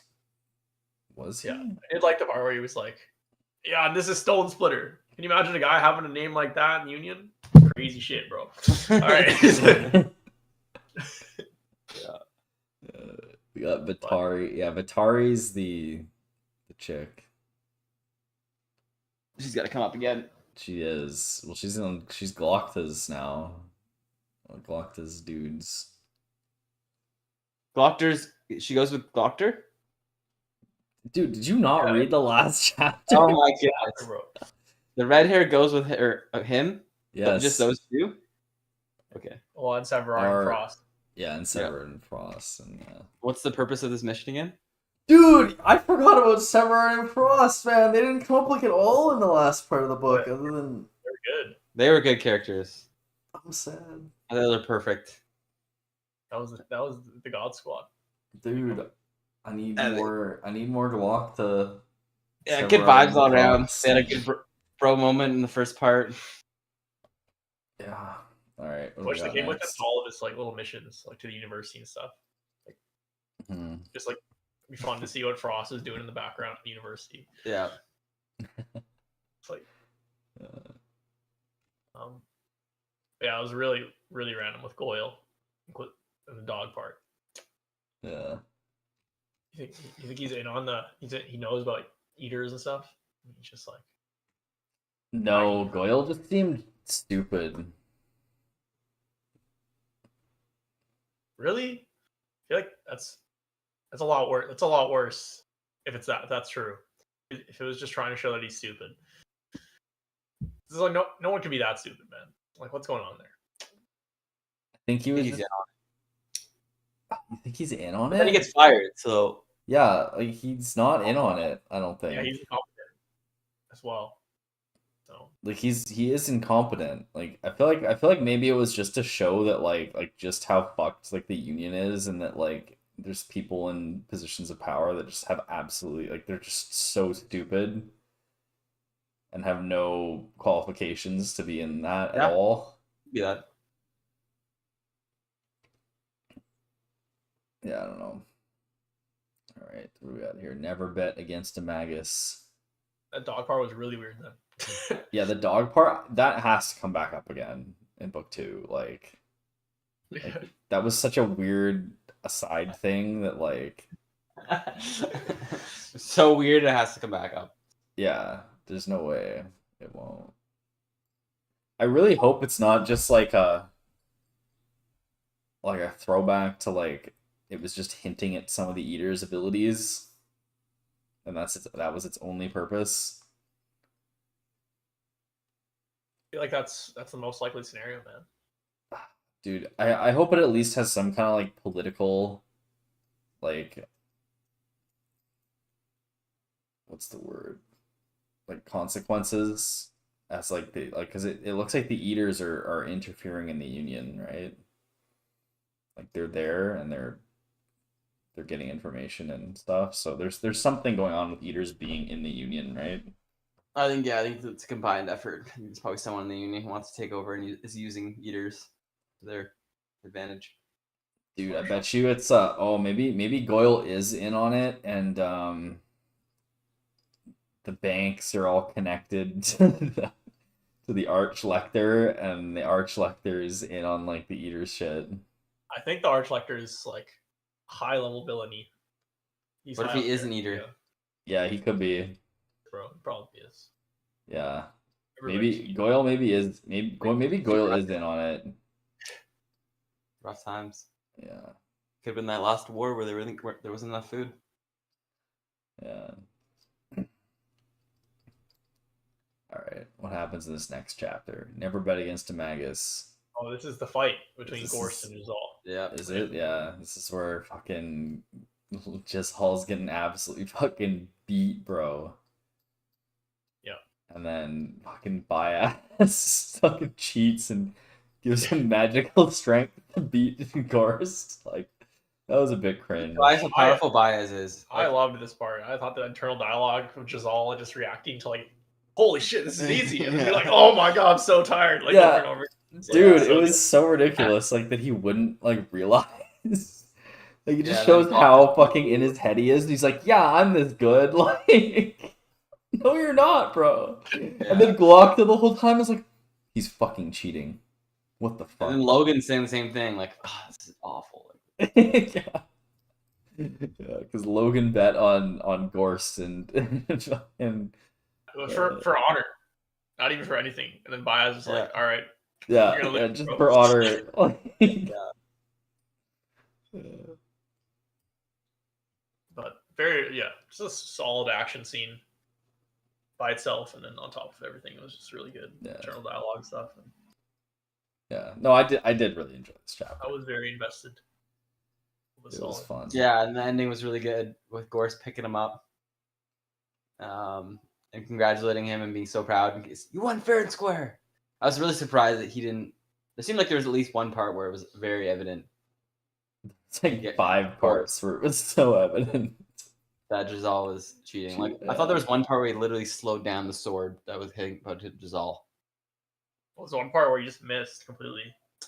Yeah, I On remember that target, too, yeah. And then So I was surprised, but if you don't believe in magic, then Yeah, pretty much. What are you gonna say? yeah. Yeah, this was very well done. I was very happy to get Giselle's point of view. I was hoping for it when it started. Hmm. That's good. Yeah, it was. I really like the Glockta's POV in that one, where he's just Yeah. like bias doing something, but it's not magic.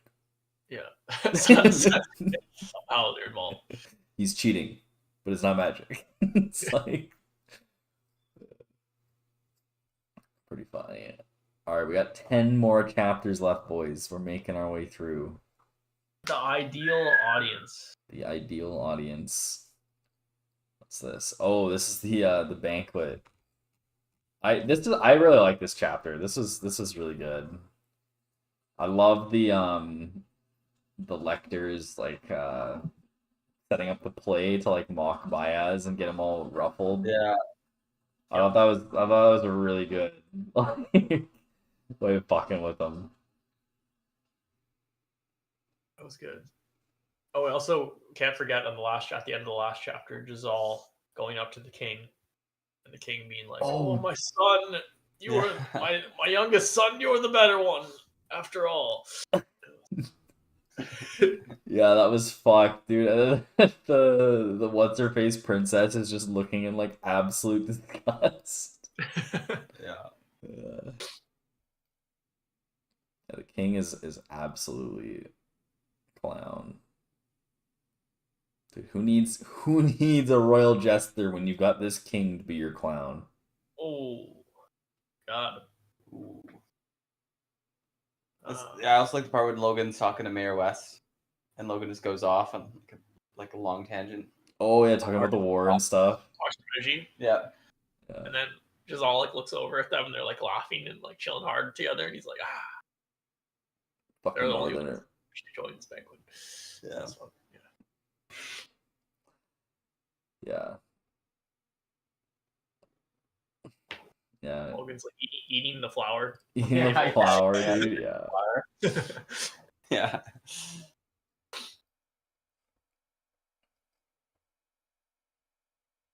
I bet any my major West is gonna have is gonna refer back to this conversation in book 2. Yeah. Yeah. Sure. He'll need that shit because they're gonna get fucking wrecked. It's the only strategy guide he has. a 5-minute conversation with Logan. Yeah, Nobody else 5-minute knows anything. conversation. Yeah. Dude, the conversation with Lecter, with Salt and Baez was so well. I thought it was so well done. Yeah, that's good. Baez just like fucking trolling him the whole time, and then produces the key. And he's like, "I'll bring 2 people. How about Jezel and Glocta?" Though they were picked out for some reason, for sure. Yeah. Like there's All some part of the plan. Yeah, it's all part of the plan. And I loved him like refusing to break the table, and then he just fucking smashes his chair right at the end. Yeah, yeah, right when he's leaving. Yeah. That's really good. This is a great chapter. Yeah, because you know that Baez is going to reveal himself, but then No one Salt's else making does. such good arguments the whole time. It's like Yeah. he's like, if there wasn't magic involved, it would be the perfect sting. So Yeah, that's why exactly. Yeah.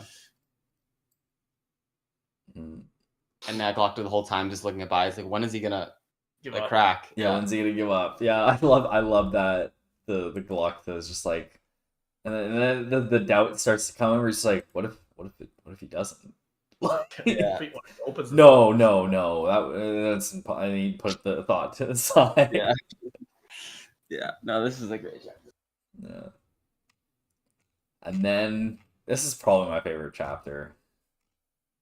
The House of the Maker.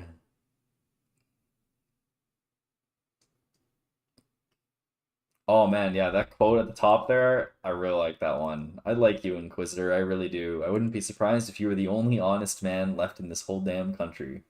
We should have a talk at some point, you and I. A talk about what I want and about what you want. Yeah. Dude, that kind of made me think that Baez might have some way to like cure his like cripple stuff. Yeah, I thought that too. Like I feel like that was pretty heavy-handed like hint. Interesting. But yeah, part of that makes me because like Brandon Sanderson did such a good job with one of the characters in his series, and he didn't go that route. What? I'm trying to think about how to say this though without talking about any like spoilers. I guess I'm talking about like whether Glocta will be cured of his crippleness or not. I don't think he will be. Yeah. Although, yeah, it did that. I did think that immediately when they had that conversation. I think he might. I just think his point of view is, I guess maybe it'll get annoying after a while, and consistently referring to how much pain he's in all the time. I think it's good. I think it's a good level. It is good. I feel like it stopped being super over the top already. Yeah. Yeah. But it's still referenced sometimes. Like I thought it was a really good reference when during this chapter. They're way up there, and then Glocta's like freaking out. I didn't go up any steps. Like Yeah. like he immediately is like, oh my god, we like magic teleported us up here, and we didn't even know. Because I thought that was super good. Where he's like the red-haired lady's in so much pain, and he's like, I'm in a lot of pain. And she's in more pain, and that's awesome. Yeah. So, yeah. No, I'd be really cool to see Glock be healed, but I don't think it's gonna happen. I think he's gonna come out with and just have insane sword skills again. I think he would for sure. Yeah, I feel like that might happen. Just because it's been like hinted, it's like he used to be like the champion. I don't know. I feel like he might. We'll see. He used to be the best. He said Ghost might have beaten him. Dude, that was pretty cool to hear that. It would have been a good fight at least. Yeah. Yeah, dude. And this chapter we got all that backstory with the Maker and Ananias. Yeah, and his daughter Ptolemy, who definitely I like how they're guarding the Baez definitely didn't have a thing before. Yeah. I like how the guards have like slowly dwindled over the years. Now it's like one dude just like eating eggs. Yeah, Family. Baya is so. Yeah, when I die, I don't know who else is gonna do this, but 50 people used to guard this tower. Yeah. 50 best men. Dude, the maker was like evil as fuck, eh? Like he created all of the flatheads to kill the mages. Oh yeah. Yeah. Just release them on the land so it would deteriorate over time. Yeah. Pretty wild. I'm really interested to see what ends up happening with the backstory and everything there. Mm.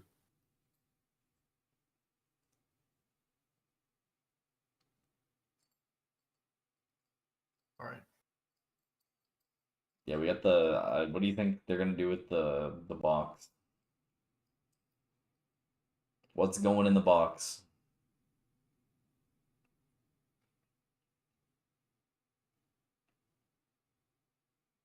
I have no idea, but I don't know at all. and then there's the axe. Do you guys think the axe is gonna come back into play at some point? Someone's gonna grab the axe from the tower.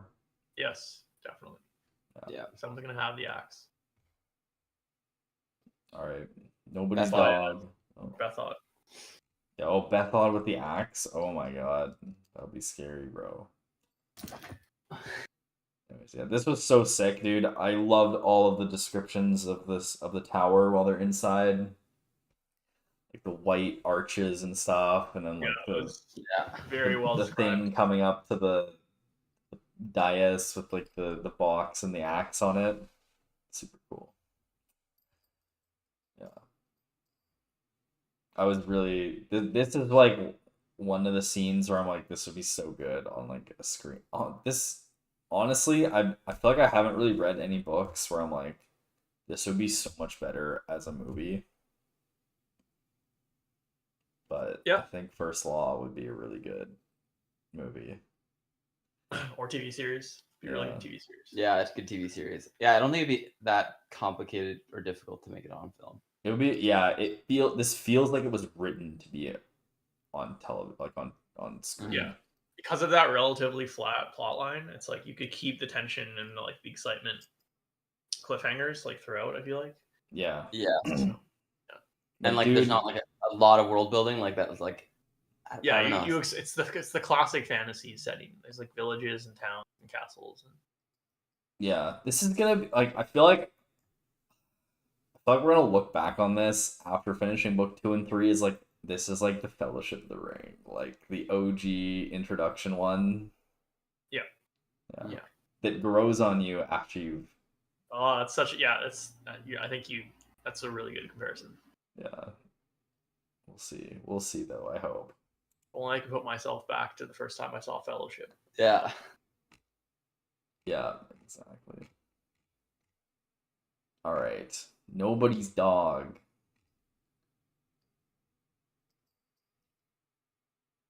Yeah, this is where fucking West West doing errands. Wes and Artie. Yeah, Wes is doing errands. He goes to the blacksmith, and the blacksmith's like, "You're a fucking nobody, bro. You can't argue me around." And Wes just fucking blows up on him. He's like, "You motherfucker, you're gonna make these goddamn fucking weapons, bro. And it's not about your fucking thing." It was great. It was such a good, like... Yeah, it doesn't even let him have the comment about his sister. He says one thing about his sister, and he just absolutely loses his mind on this guy. Yeah. That is so good. And then he immediately afterwards goes and beats her. Like, it's like you can't fucking shit talk her, but I'm gonna beat her. Yeah. Yeah. No, he's just going crazy. He's losing his mind, yeah. Well, they said this is the chapter where like 4 times it's like his headaches are so bad. The stress, the stress this man. He's like, I get like 2 hours of sleep every day, and I wake up with more problems than I had the day before, and I spend the whole day running around. No one respects me. It's like, yeah, his life's awful, and no one's taking the war seriously but him. It seems like. Yeah, he's like the only one who's taking the worst. Yeah, all the stress of a whole fucking country is on his back right now. Yeah, and his sister's kind of like an asshole to him, but like for 100% good reason. Yeah, but then he's like, oh, I can't win any part of my life, you know. Like it's just like, yeah, it's just awful. That was really, really. I love the conversation with Artie. Yeah. And then he's been hiding from his past forever, and he's just putting it out, and he realizes afterwards just how he failed, basically, and resolving his trauma.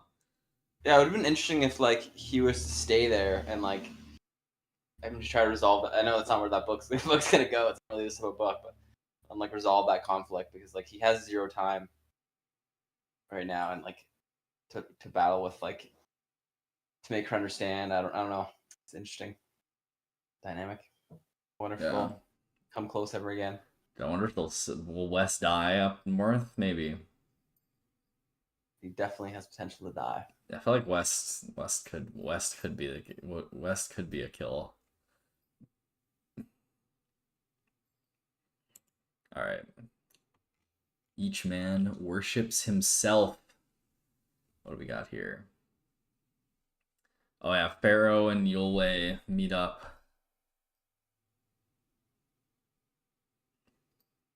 Yeah, okay, there's little choice but to use the seed. Ladder can, yeah, Pharaoh can carry the seed, I guess. That's like her thing, some accident of birth. Yeah, there's a plan with them. Pharaoh overhears Yulwei and Baez chatting about their uses for them. Yeah, she's colorblind. I like how Baez tricks her and he breaks his nose. Yeah. I'm very sorry. I should have played that. So, yeah. Honestly, smart trick. Honestly, fair enough. I don't know. I mean, not fair enough, but like, you know, that was pretty rude by us. Yeah, I mean, he knew that she was gonna give him nothing. Like that was the only way he's gonna be able to figure anything out about her. Yeah, that's true.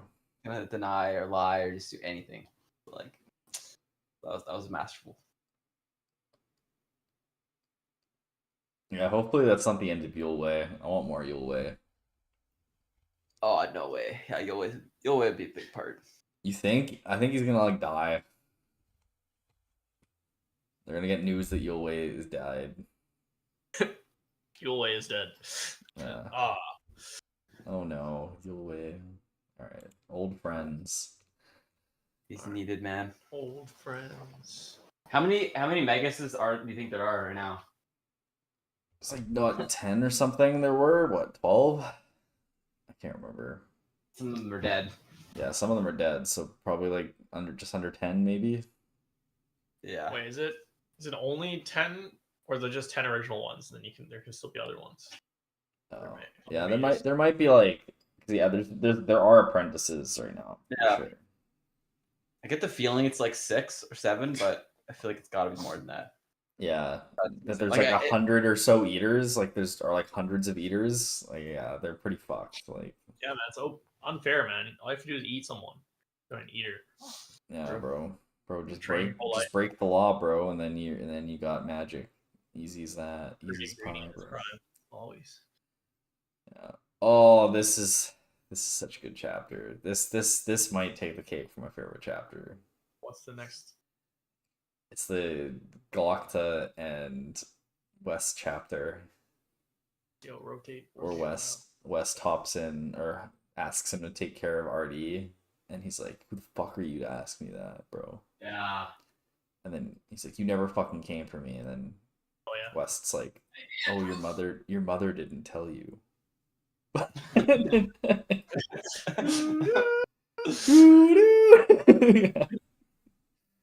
I came by twice, but I was turned away. Plot twist, he's actually lying. Plot twist, he lied, yeah. West goes and kills his mother. So she can never tell the truth. Jesus. Yeah. The Glocta's internal dialogue here was so good. The like, Glocta, protector of innocent women? Could that be me? Is that me? Is that who I am? Comforter of old friend Glocta?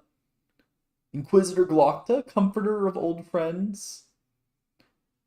I love that part. So he's questioning his whole like Identity. Yeah, exactly. That's exactly what I was looking for. He reacts to him being Wes calling him sand. Hmm. Yeah. Don't fucking call me that. That's not who I am anymore. That man died in those dungeons. But I think we'll see him come back again. Inquisitor Glocta. Glocta's faith in humanity restored, but barely. Barely, yeah. It says at the end of the song. Oh yeah, that's what it does say. Yeah. Back to the mud. Oh yeah. And then at the end there, it's like, who was that guy that we hung out with and on that last time? Yeah. And it was fucking Ruse, who we opened with him torturing to death, basically. Yeah. Oh, that was fucked. That was so fucked. That was like a good like snap back to reality moment. Yeah. Where it's like, yeah, he's on some fucking yeah. Oh man. Jeez. All right. Back to the mud, boys. Mud. Back to the mud with the dog man. Oh, not this chapter, bro. Yeah. Very good chapter. Forley, the weakest, is determined to go into meet Beth Podding and tell him about the Flathead, how prominent they are in the north. Someone's got to warn them. Someone's got to warn them, and he thinks because he's so weak that they'll let him live and hear him out because he's no threat to them. And so everyone thinks it's an awful idea, but they can't argue with him that the warning needs to be said. The warning needs to be said. And they all hide. Three Trees goes to stand at the bridge and ask after Forley. Yep.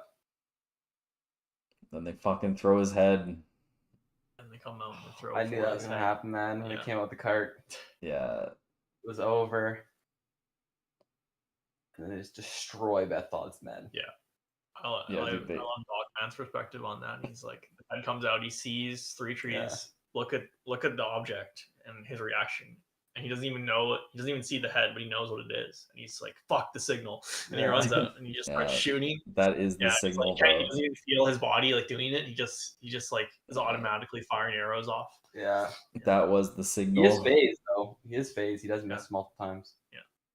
Yeah, dude. And then like right at the end there when he's like, Three Trees like, keep him alive. And then he's like, I had him right over there. And he was begging me to not die, and then he put his hand to his neck, and there was blood there, and then like, oh, he had his neck cut. How did that happen? And he's like, oh, it was me. I fucking cut his neck. Like, he lost it for a second. Yeah, and blacked honestly, out. fair enough. Yeah. Those people all needed to die. Yeah, that was satisfying. Yeah, and then dude, Forley's funeral, fuck, that was so. I love that. All the words they said, it was like the brave. It's like he was the weakest, but the brave. But I would say the weakest of us did not die. Like it was he was the weakest fighter, but not the weakest heart. Not the weakest heart.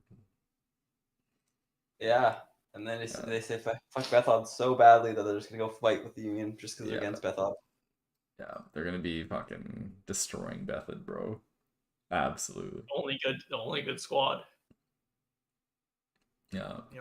Well, they're not even good. Oh, like, yeah, I know what you mean. Yeah. The only squad that has any training whatsoever. The only capable squad. The only capable squad. Dude, I love that the part right at the end there where it was like, and then Black Dow went up to the grave and. It was raining, but like it almost looked like the rain was like tears, but that wouldn't be Black Dow. Like, yeah. It's like it almost looked like he was crying. Yeah.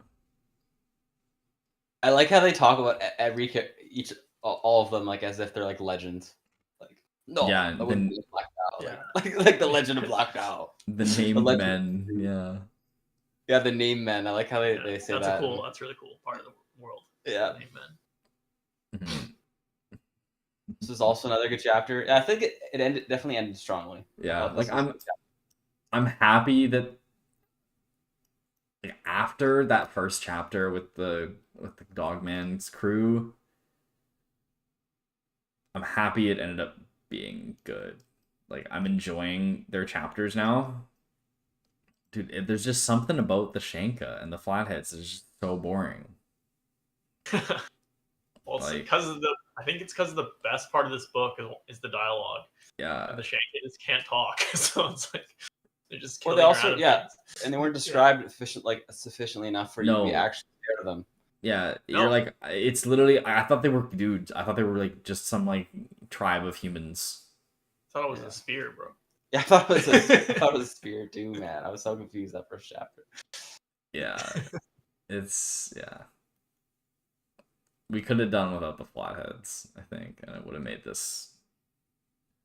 I feel like we've griped on those chapters so much. Yeah. All They were right, Giselle bad, but bye to Artie in this chapter. misery, dude. I remember going into this chapter, and it's gonna be like, oh, she's just misery. Like she's maybe yeah. It's like the fucking what's it called? It's always yeah. The difference between misery and happiness was the right word from her. Is the quote. Because like the chapter title is always in the. It's always mentioned in the chapter. I was like, I remember going into this one and seeing it was a Jezel chapter, and I'm like, oh no, it's gonna be some cheese shit with Jezel and Artie. Like, oh, she's my misery, and it was. This is a big moment. He doesn't see her as any less beautiful with her face all messed up. He says he loves her and wants her away from him. I'm an asshole for saying this, but yeah. Yeah. And her reply is, "You are an asshole." Yeah, that was good. Zell fully opened up how he felt about her.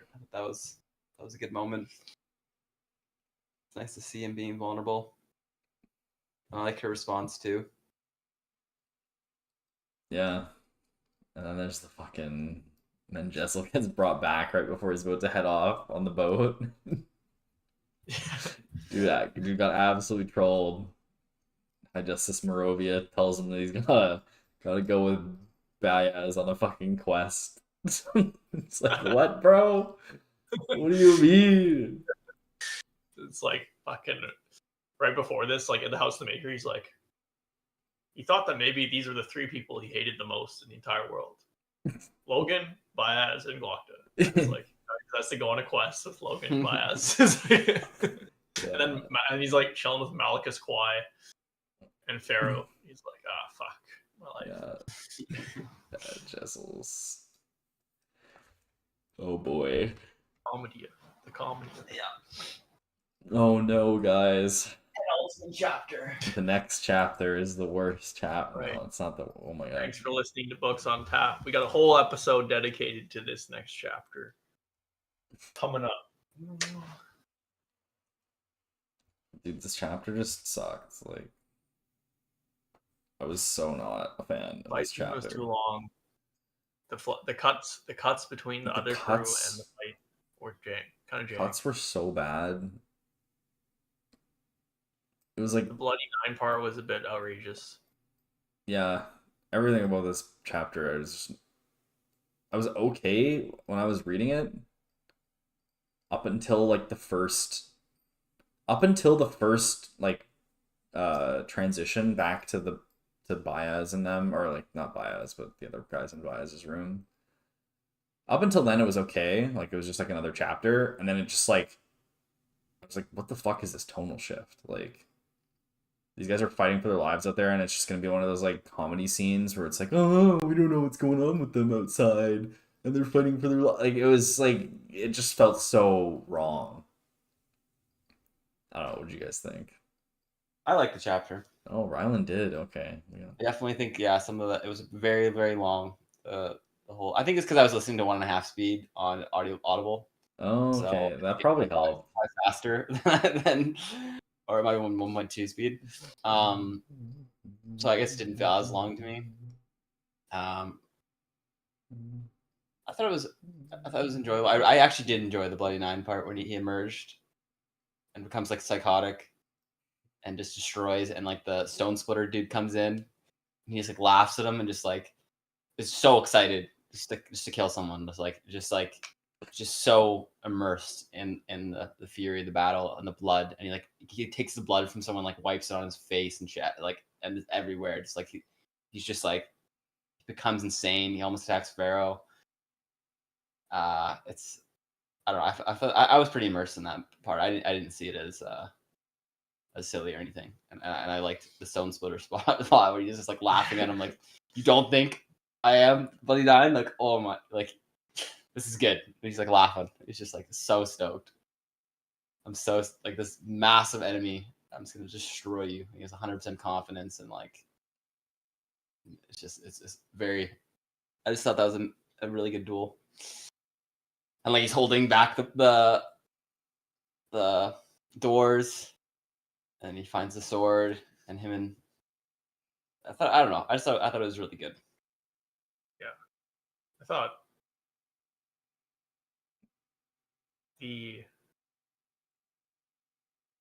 first of all, the length of it was like it was just too long. It was too long. Maybe because it was on audiobook, but it was like an hour and 10 minutes on audiobook on normal speed of fighting. Yeah. And it was like, and then just like the worst tonal shifts, man. Like every time it went back to them in the rooms, and they're like, "Oh, I wonder where Logan and Pharaoh are." It was like some children's comedy meme. Like, I don't know. that wasn't good. Yeah. I thought it was super childish. Yeah. With the stone splitter, it was fun to read, but I think I'm worried that it's gonna be Logan's. Like, every character is in the gray area, and Logan's arguably been the most, like, you can root for him the most. Book. And if this is like his thing, is that he becomes the Bloody Nine sometimes, and that's why he's a gray area character, I feel like that's a bit weak for him. Totally agree. Yeah. So and then it's like he's basically got like a what's it called? He's got alter ego personality, yeah. Like alter personality. Yeah. Which I'm guessing he'll come out of it and be ashamed and feel awful about what happened. Yeah, I don't know what's up with that. Whether it's Ray, it's like fighting that side of him that he needs to become at times. That could be. Do you think that's him, or if he's like possessed or something? Sorry? Do you think he's like possessed or something? Oh, because he can talk to spirits. Yeah. Evil spirit in. It did seem like a magical transformation. Yeah, it was not. That was not just normal. Like, oh, I have a split personality where that was like I became super powered, literally. Like that, yeah. That was like superhero level, like Marvel level. Like, oh, I transformed into the Bloody Nine, and now I can beat the fuck out of everybody. I don't know. I just think he was on the brink of death, and so that was his last. Like, his adrenaline was maxed out, and so he couldn't feel pain. No, that was more like he was out of everything. Like, he was spent, and then he just fucking murders like it was nothing. Like, that was absolutely not natural. And we know magic can do stuff like that because of Baez in the duel. Yeah, I just think it's like, I don't know. I just think a different part of you comes out. Yeah, maybe it was a bit exaggerated, but I definitely think a different part of you comes out. Rylan, absolutely not. I'm sorry, but that's ridiculous. Like before that, when he's running away, he was like a lot more like, holy crap. Like, you know, like he was kind of like very himself. And then he's about to die. And he kind of like just, I don't know. I feel like, he was on the brink of death. And that was his last effort. And he kind of like stopped caring about death and just went back to his like roots of like a primal savage. And I don't know. I didn't think it was magical. I could see the intention being that it's supposed to be natural, but it was written magically. I don't know. Find out more. I mean, we might never know because we're definitely gonna know. Like, there's no way we don't learn that in the near future. Who knows, man? What if Logan is an eater?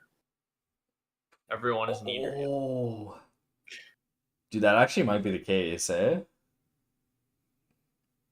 Dude, Kieran always comes up with these like absolutely on the ball predictions out of nowhere. What seems one like time. nowhere. The mist ratio. Dude, the Yeah, mist rate, why dude, not? the spite, the sliver and spook, dude. Oh yeah. Well, we all figured that one Yeah. out together. No, that was you. I give all credit to you for that one, bro. I want to take some of that I credit, don't know, I man. think Ron takes some of that credit for sure. I definitely take some of that credit. So I remember the moment we were like, no, oh, like all Yeah. freaking out. Yeah, like the exact same moment. Yeah. Yeah, okay. For some reason, I thought that was only me, and you guys had both figured that out already.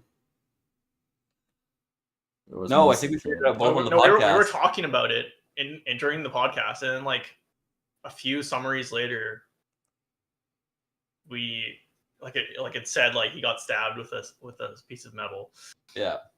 and then Oh, man. Ron and I were both like me like holy shit, and then you were like What? because you were reading the summary, Yeah, so then yeah. you were kind of like moving past it, and then Yeah. you're like what, and then it's like 5 seconds. Oh, Yeah. That's And that was fair. just like part one where we didn't know anything about what was going to happen in the future, or became really Yeah. obvious. Mythborn spoilers, by the way. Kind of. We didn't. we don't know. We don't know. Minor If you know, you know. And spoilers. if you don't know, you don't know. All right. The Alright, should we move on to last the final chapter. The final chapter. The tools we have. Glockta goes. Oh yeah, the Glockta has the conversation with RD. It was very, very good conversation with RD. Oh, so good. Dude. They're just like riffing off each other so hard. Like they both had all of that like trauma in the background, and they're just like both proving it to each other with like their responses to each other. Yep. Yeah, And then they like They're both smart. they both give like one response that like indicates to the other that like they know, and then they immediately respect them. They're playing on the surface level. They're playing along with like what society expects them to say, but they know. Yeah, they both know. So it's so good. Yeah. And then Glockta goes and meets with the Archlector, and does a bunch of stuff, and he gets his assigned to go to Dagaska because plot reasons. Yep. You guys want to elaborate on that at all? But basically, plot has dictated Glockta must go to Dagaska to. Some shit went down over there. Go there. Emergency Basically. powers. Emergency powers, the Chancellor. Yeah. Yeah. I don't understand this My plot line with my Artie. trip to Gurkle has left me scarred and default. Yeah, I don't know what's gonna happen with Artie. Like That's so weird. cause he got sent off like right after, and then yeah. You think he'd say no? I have a mission to protect Artie. You know, like I don't know. Like Dude, what do you mean? He can't say no to Salt, bro. What do you mean? He's got to take Artie with him then. I don't think so. Maybe. You can't just leave Artie after saying, promising, like having that moment with Dude, Mayor taking West. her to dude. Imagine he brings her to Dagaska. Dagaska's about to get fucking invaded by Gurkish, and everyone's gonna die. Like, I could see Glockta doing that though, even though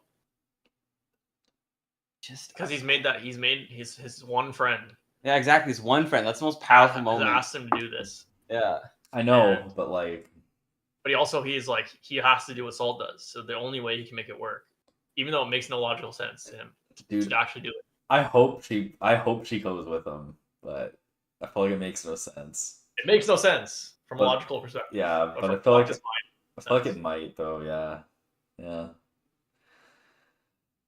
Oh boy, interesting. Sweet, I'm excited for the next book, guys. yeah. I think I still have a lot of hope for this series. I do too, surprisingly. Even after reflecting on it and being a bit more negative on the book than when I finished it, like I am excited to get the resolutions to everything here. I feel like we know these characters well now. I'm invested. I think my favorite part was like we already mentioned but yeah, the Mayor West Glockta part I think was probably top tier moment because Yeah. I empathize like we've just grown to understand Glockta for like the most out of every character, and so that was just a very very satisfying moment. I feel like we understand a lot of the characters. I feel like Glockta is just the best written. I don't feel like we specifically understand Glockta more than any of the others. I mean, maybe like Jezzel and Glockta, I feel like we understand both of them like equally. But Yeah, Glockta's just better sorry, written. those two equally. Logan, we don't understand as much. We were missing a lot of his backstory with like his dead wife and everything, but I just think Glockta's less one dimensional, so I feel like I understand him more. Yep, I agree. Than Giselle. That's fair. Yeah, Glockta's the best written for sure. Glockta is the main protagonist, I think. Or at least for me. Right. Well. Yeah, I'm excited. This book, like as much as I've been trashing it, I feel like there were some really good moments in this book. Holding up the wrong book. This is book 2. There were a lot of really good moments in the blade itself that I really enjoyed. And it was definitely like I'm not sad about reading it or anything, and I do have faith that it's gonna pick up, and I want to see those conclusions to some of the plot points and learn more about the history. I want more scenes like that tower one where you're learning like the history of the world and everything. Overall, it was like a buffet of good stuff from fantasy for the most part. It was like 4 out of 5 chapters were really solid, I think. Yeah. 3 out of 4. Yeah. Agreed. You guys highs and lows? Oh, Ooh, highs and lows. Lows any fucking part, and all the comedy parts. yeah, All Brother the comedy Long. breaks. Yeah, Brother Longfoot. The opening chapter for me. From the whole book? Yeah. Or just, yeah. Yeah. Okay, yeah, definitely the first chapters. I am saying that partly because it's opening chapter, and I have more higher expectations on the first chapter than any other chapter. I also don't think it was important to the story. Like I just, like it's sometimes you're like, oh, this chapter sucked, but like, okay, it's good. It was very influential for the book. Like it was needed. A chapter was just not for me. Yeah. and it didn't have any the plot. the Shanka in general. Yeah. The Shanka are a low for sure. Yeah. They must come into play later on in a more it's like the final battles can be with a Shanka or something, and they need it to be written in kind of. Yeah, so that was probably the point of that chapter, was showing that Logan, who's an incredible fighter, is getting messed up by the Shankers pretty hard. I probably enjoyed the fight scenes with the crew, Logan's crew, and the fencing match between Gorse and Giselle. Probably enjoyed reading those the most. Oh wow, really? Okay. Not the first battle with Logan's crew, but the other ones. No, the last one. Yeah.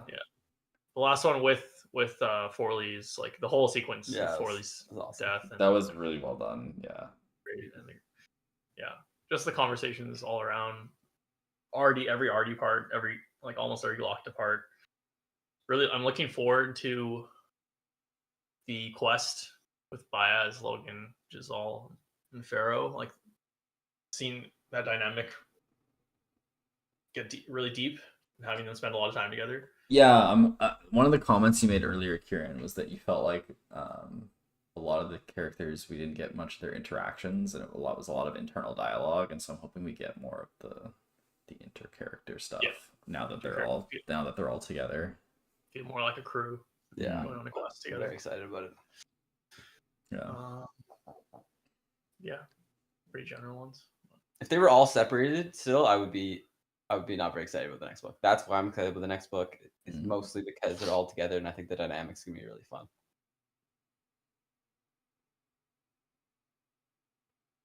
Nice. All right, lock it in. Who's gonna die next? Lock it in, dude. Any character. Yeah. Oh, dude, it's not gonna be Kai. It's not gonna be Malachus. He already had his death stuff, so it's not gonna be him. I'm just not thinking out loud. You guys can feel free to interrupt. You're like, okay, yeah, okay. I'll think out loud. Jezel. It's not gonna be Jezel. I don't think. I think West is a Jezel good, will is a sacrifice. good shout. West. Major West, I West. think, is the West or Yulwei. I think Yulwei actually. My money's on Yulwei. I'll bet on West.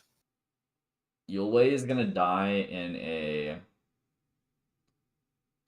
side chapter where he comes up and he's like spying on something, and it's gonna be like the introduction of a villain.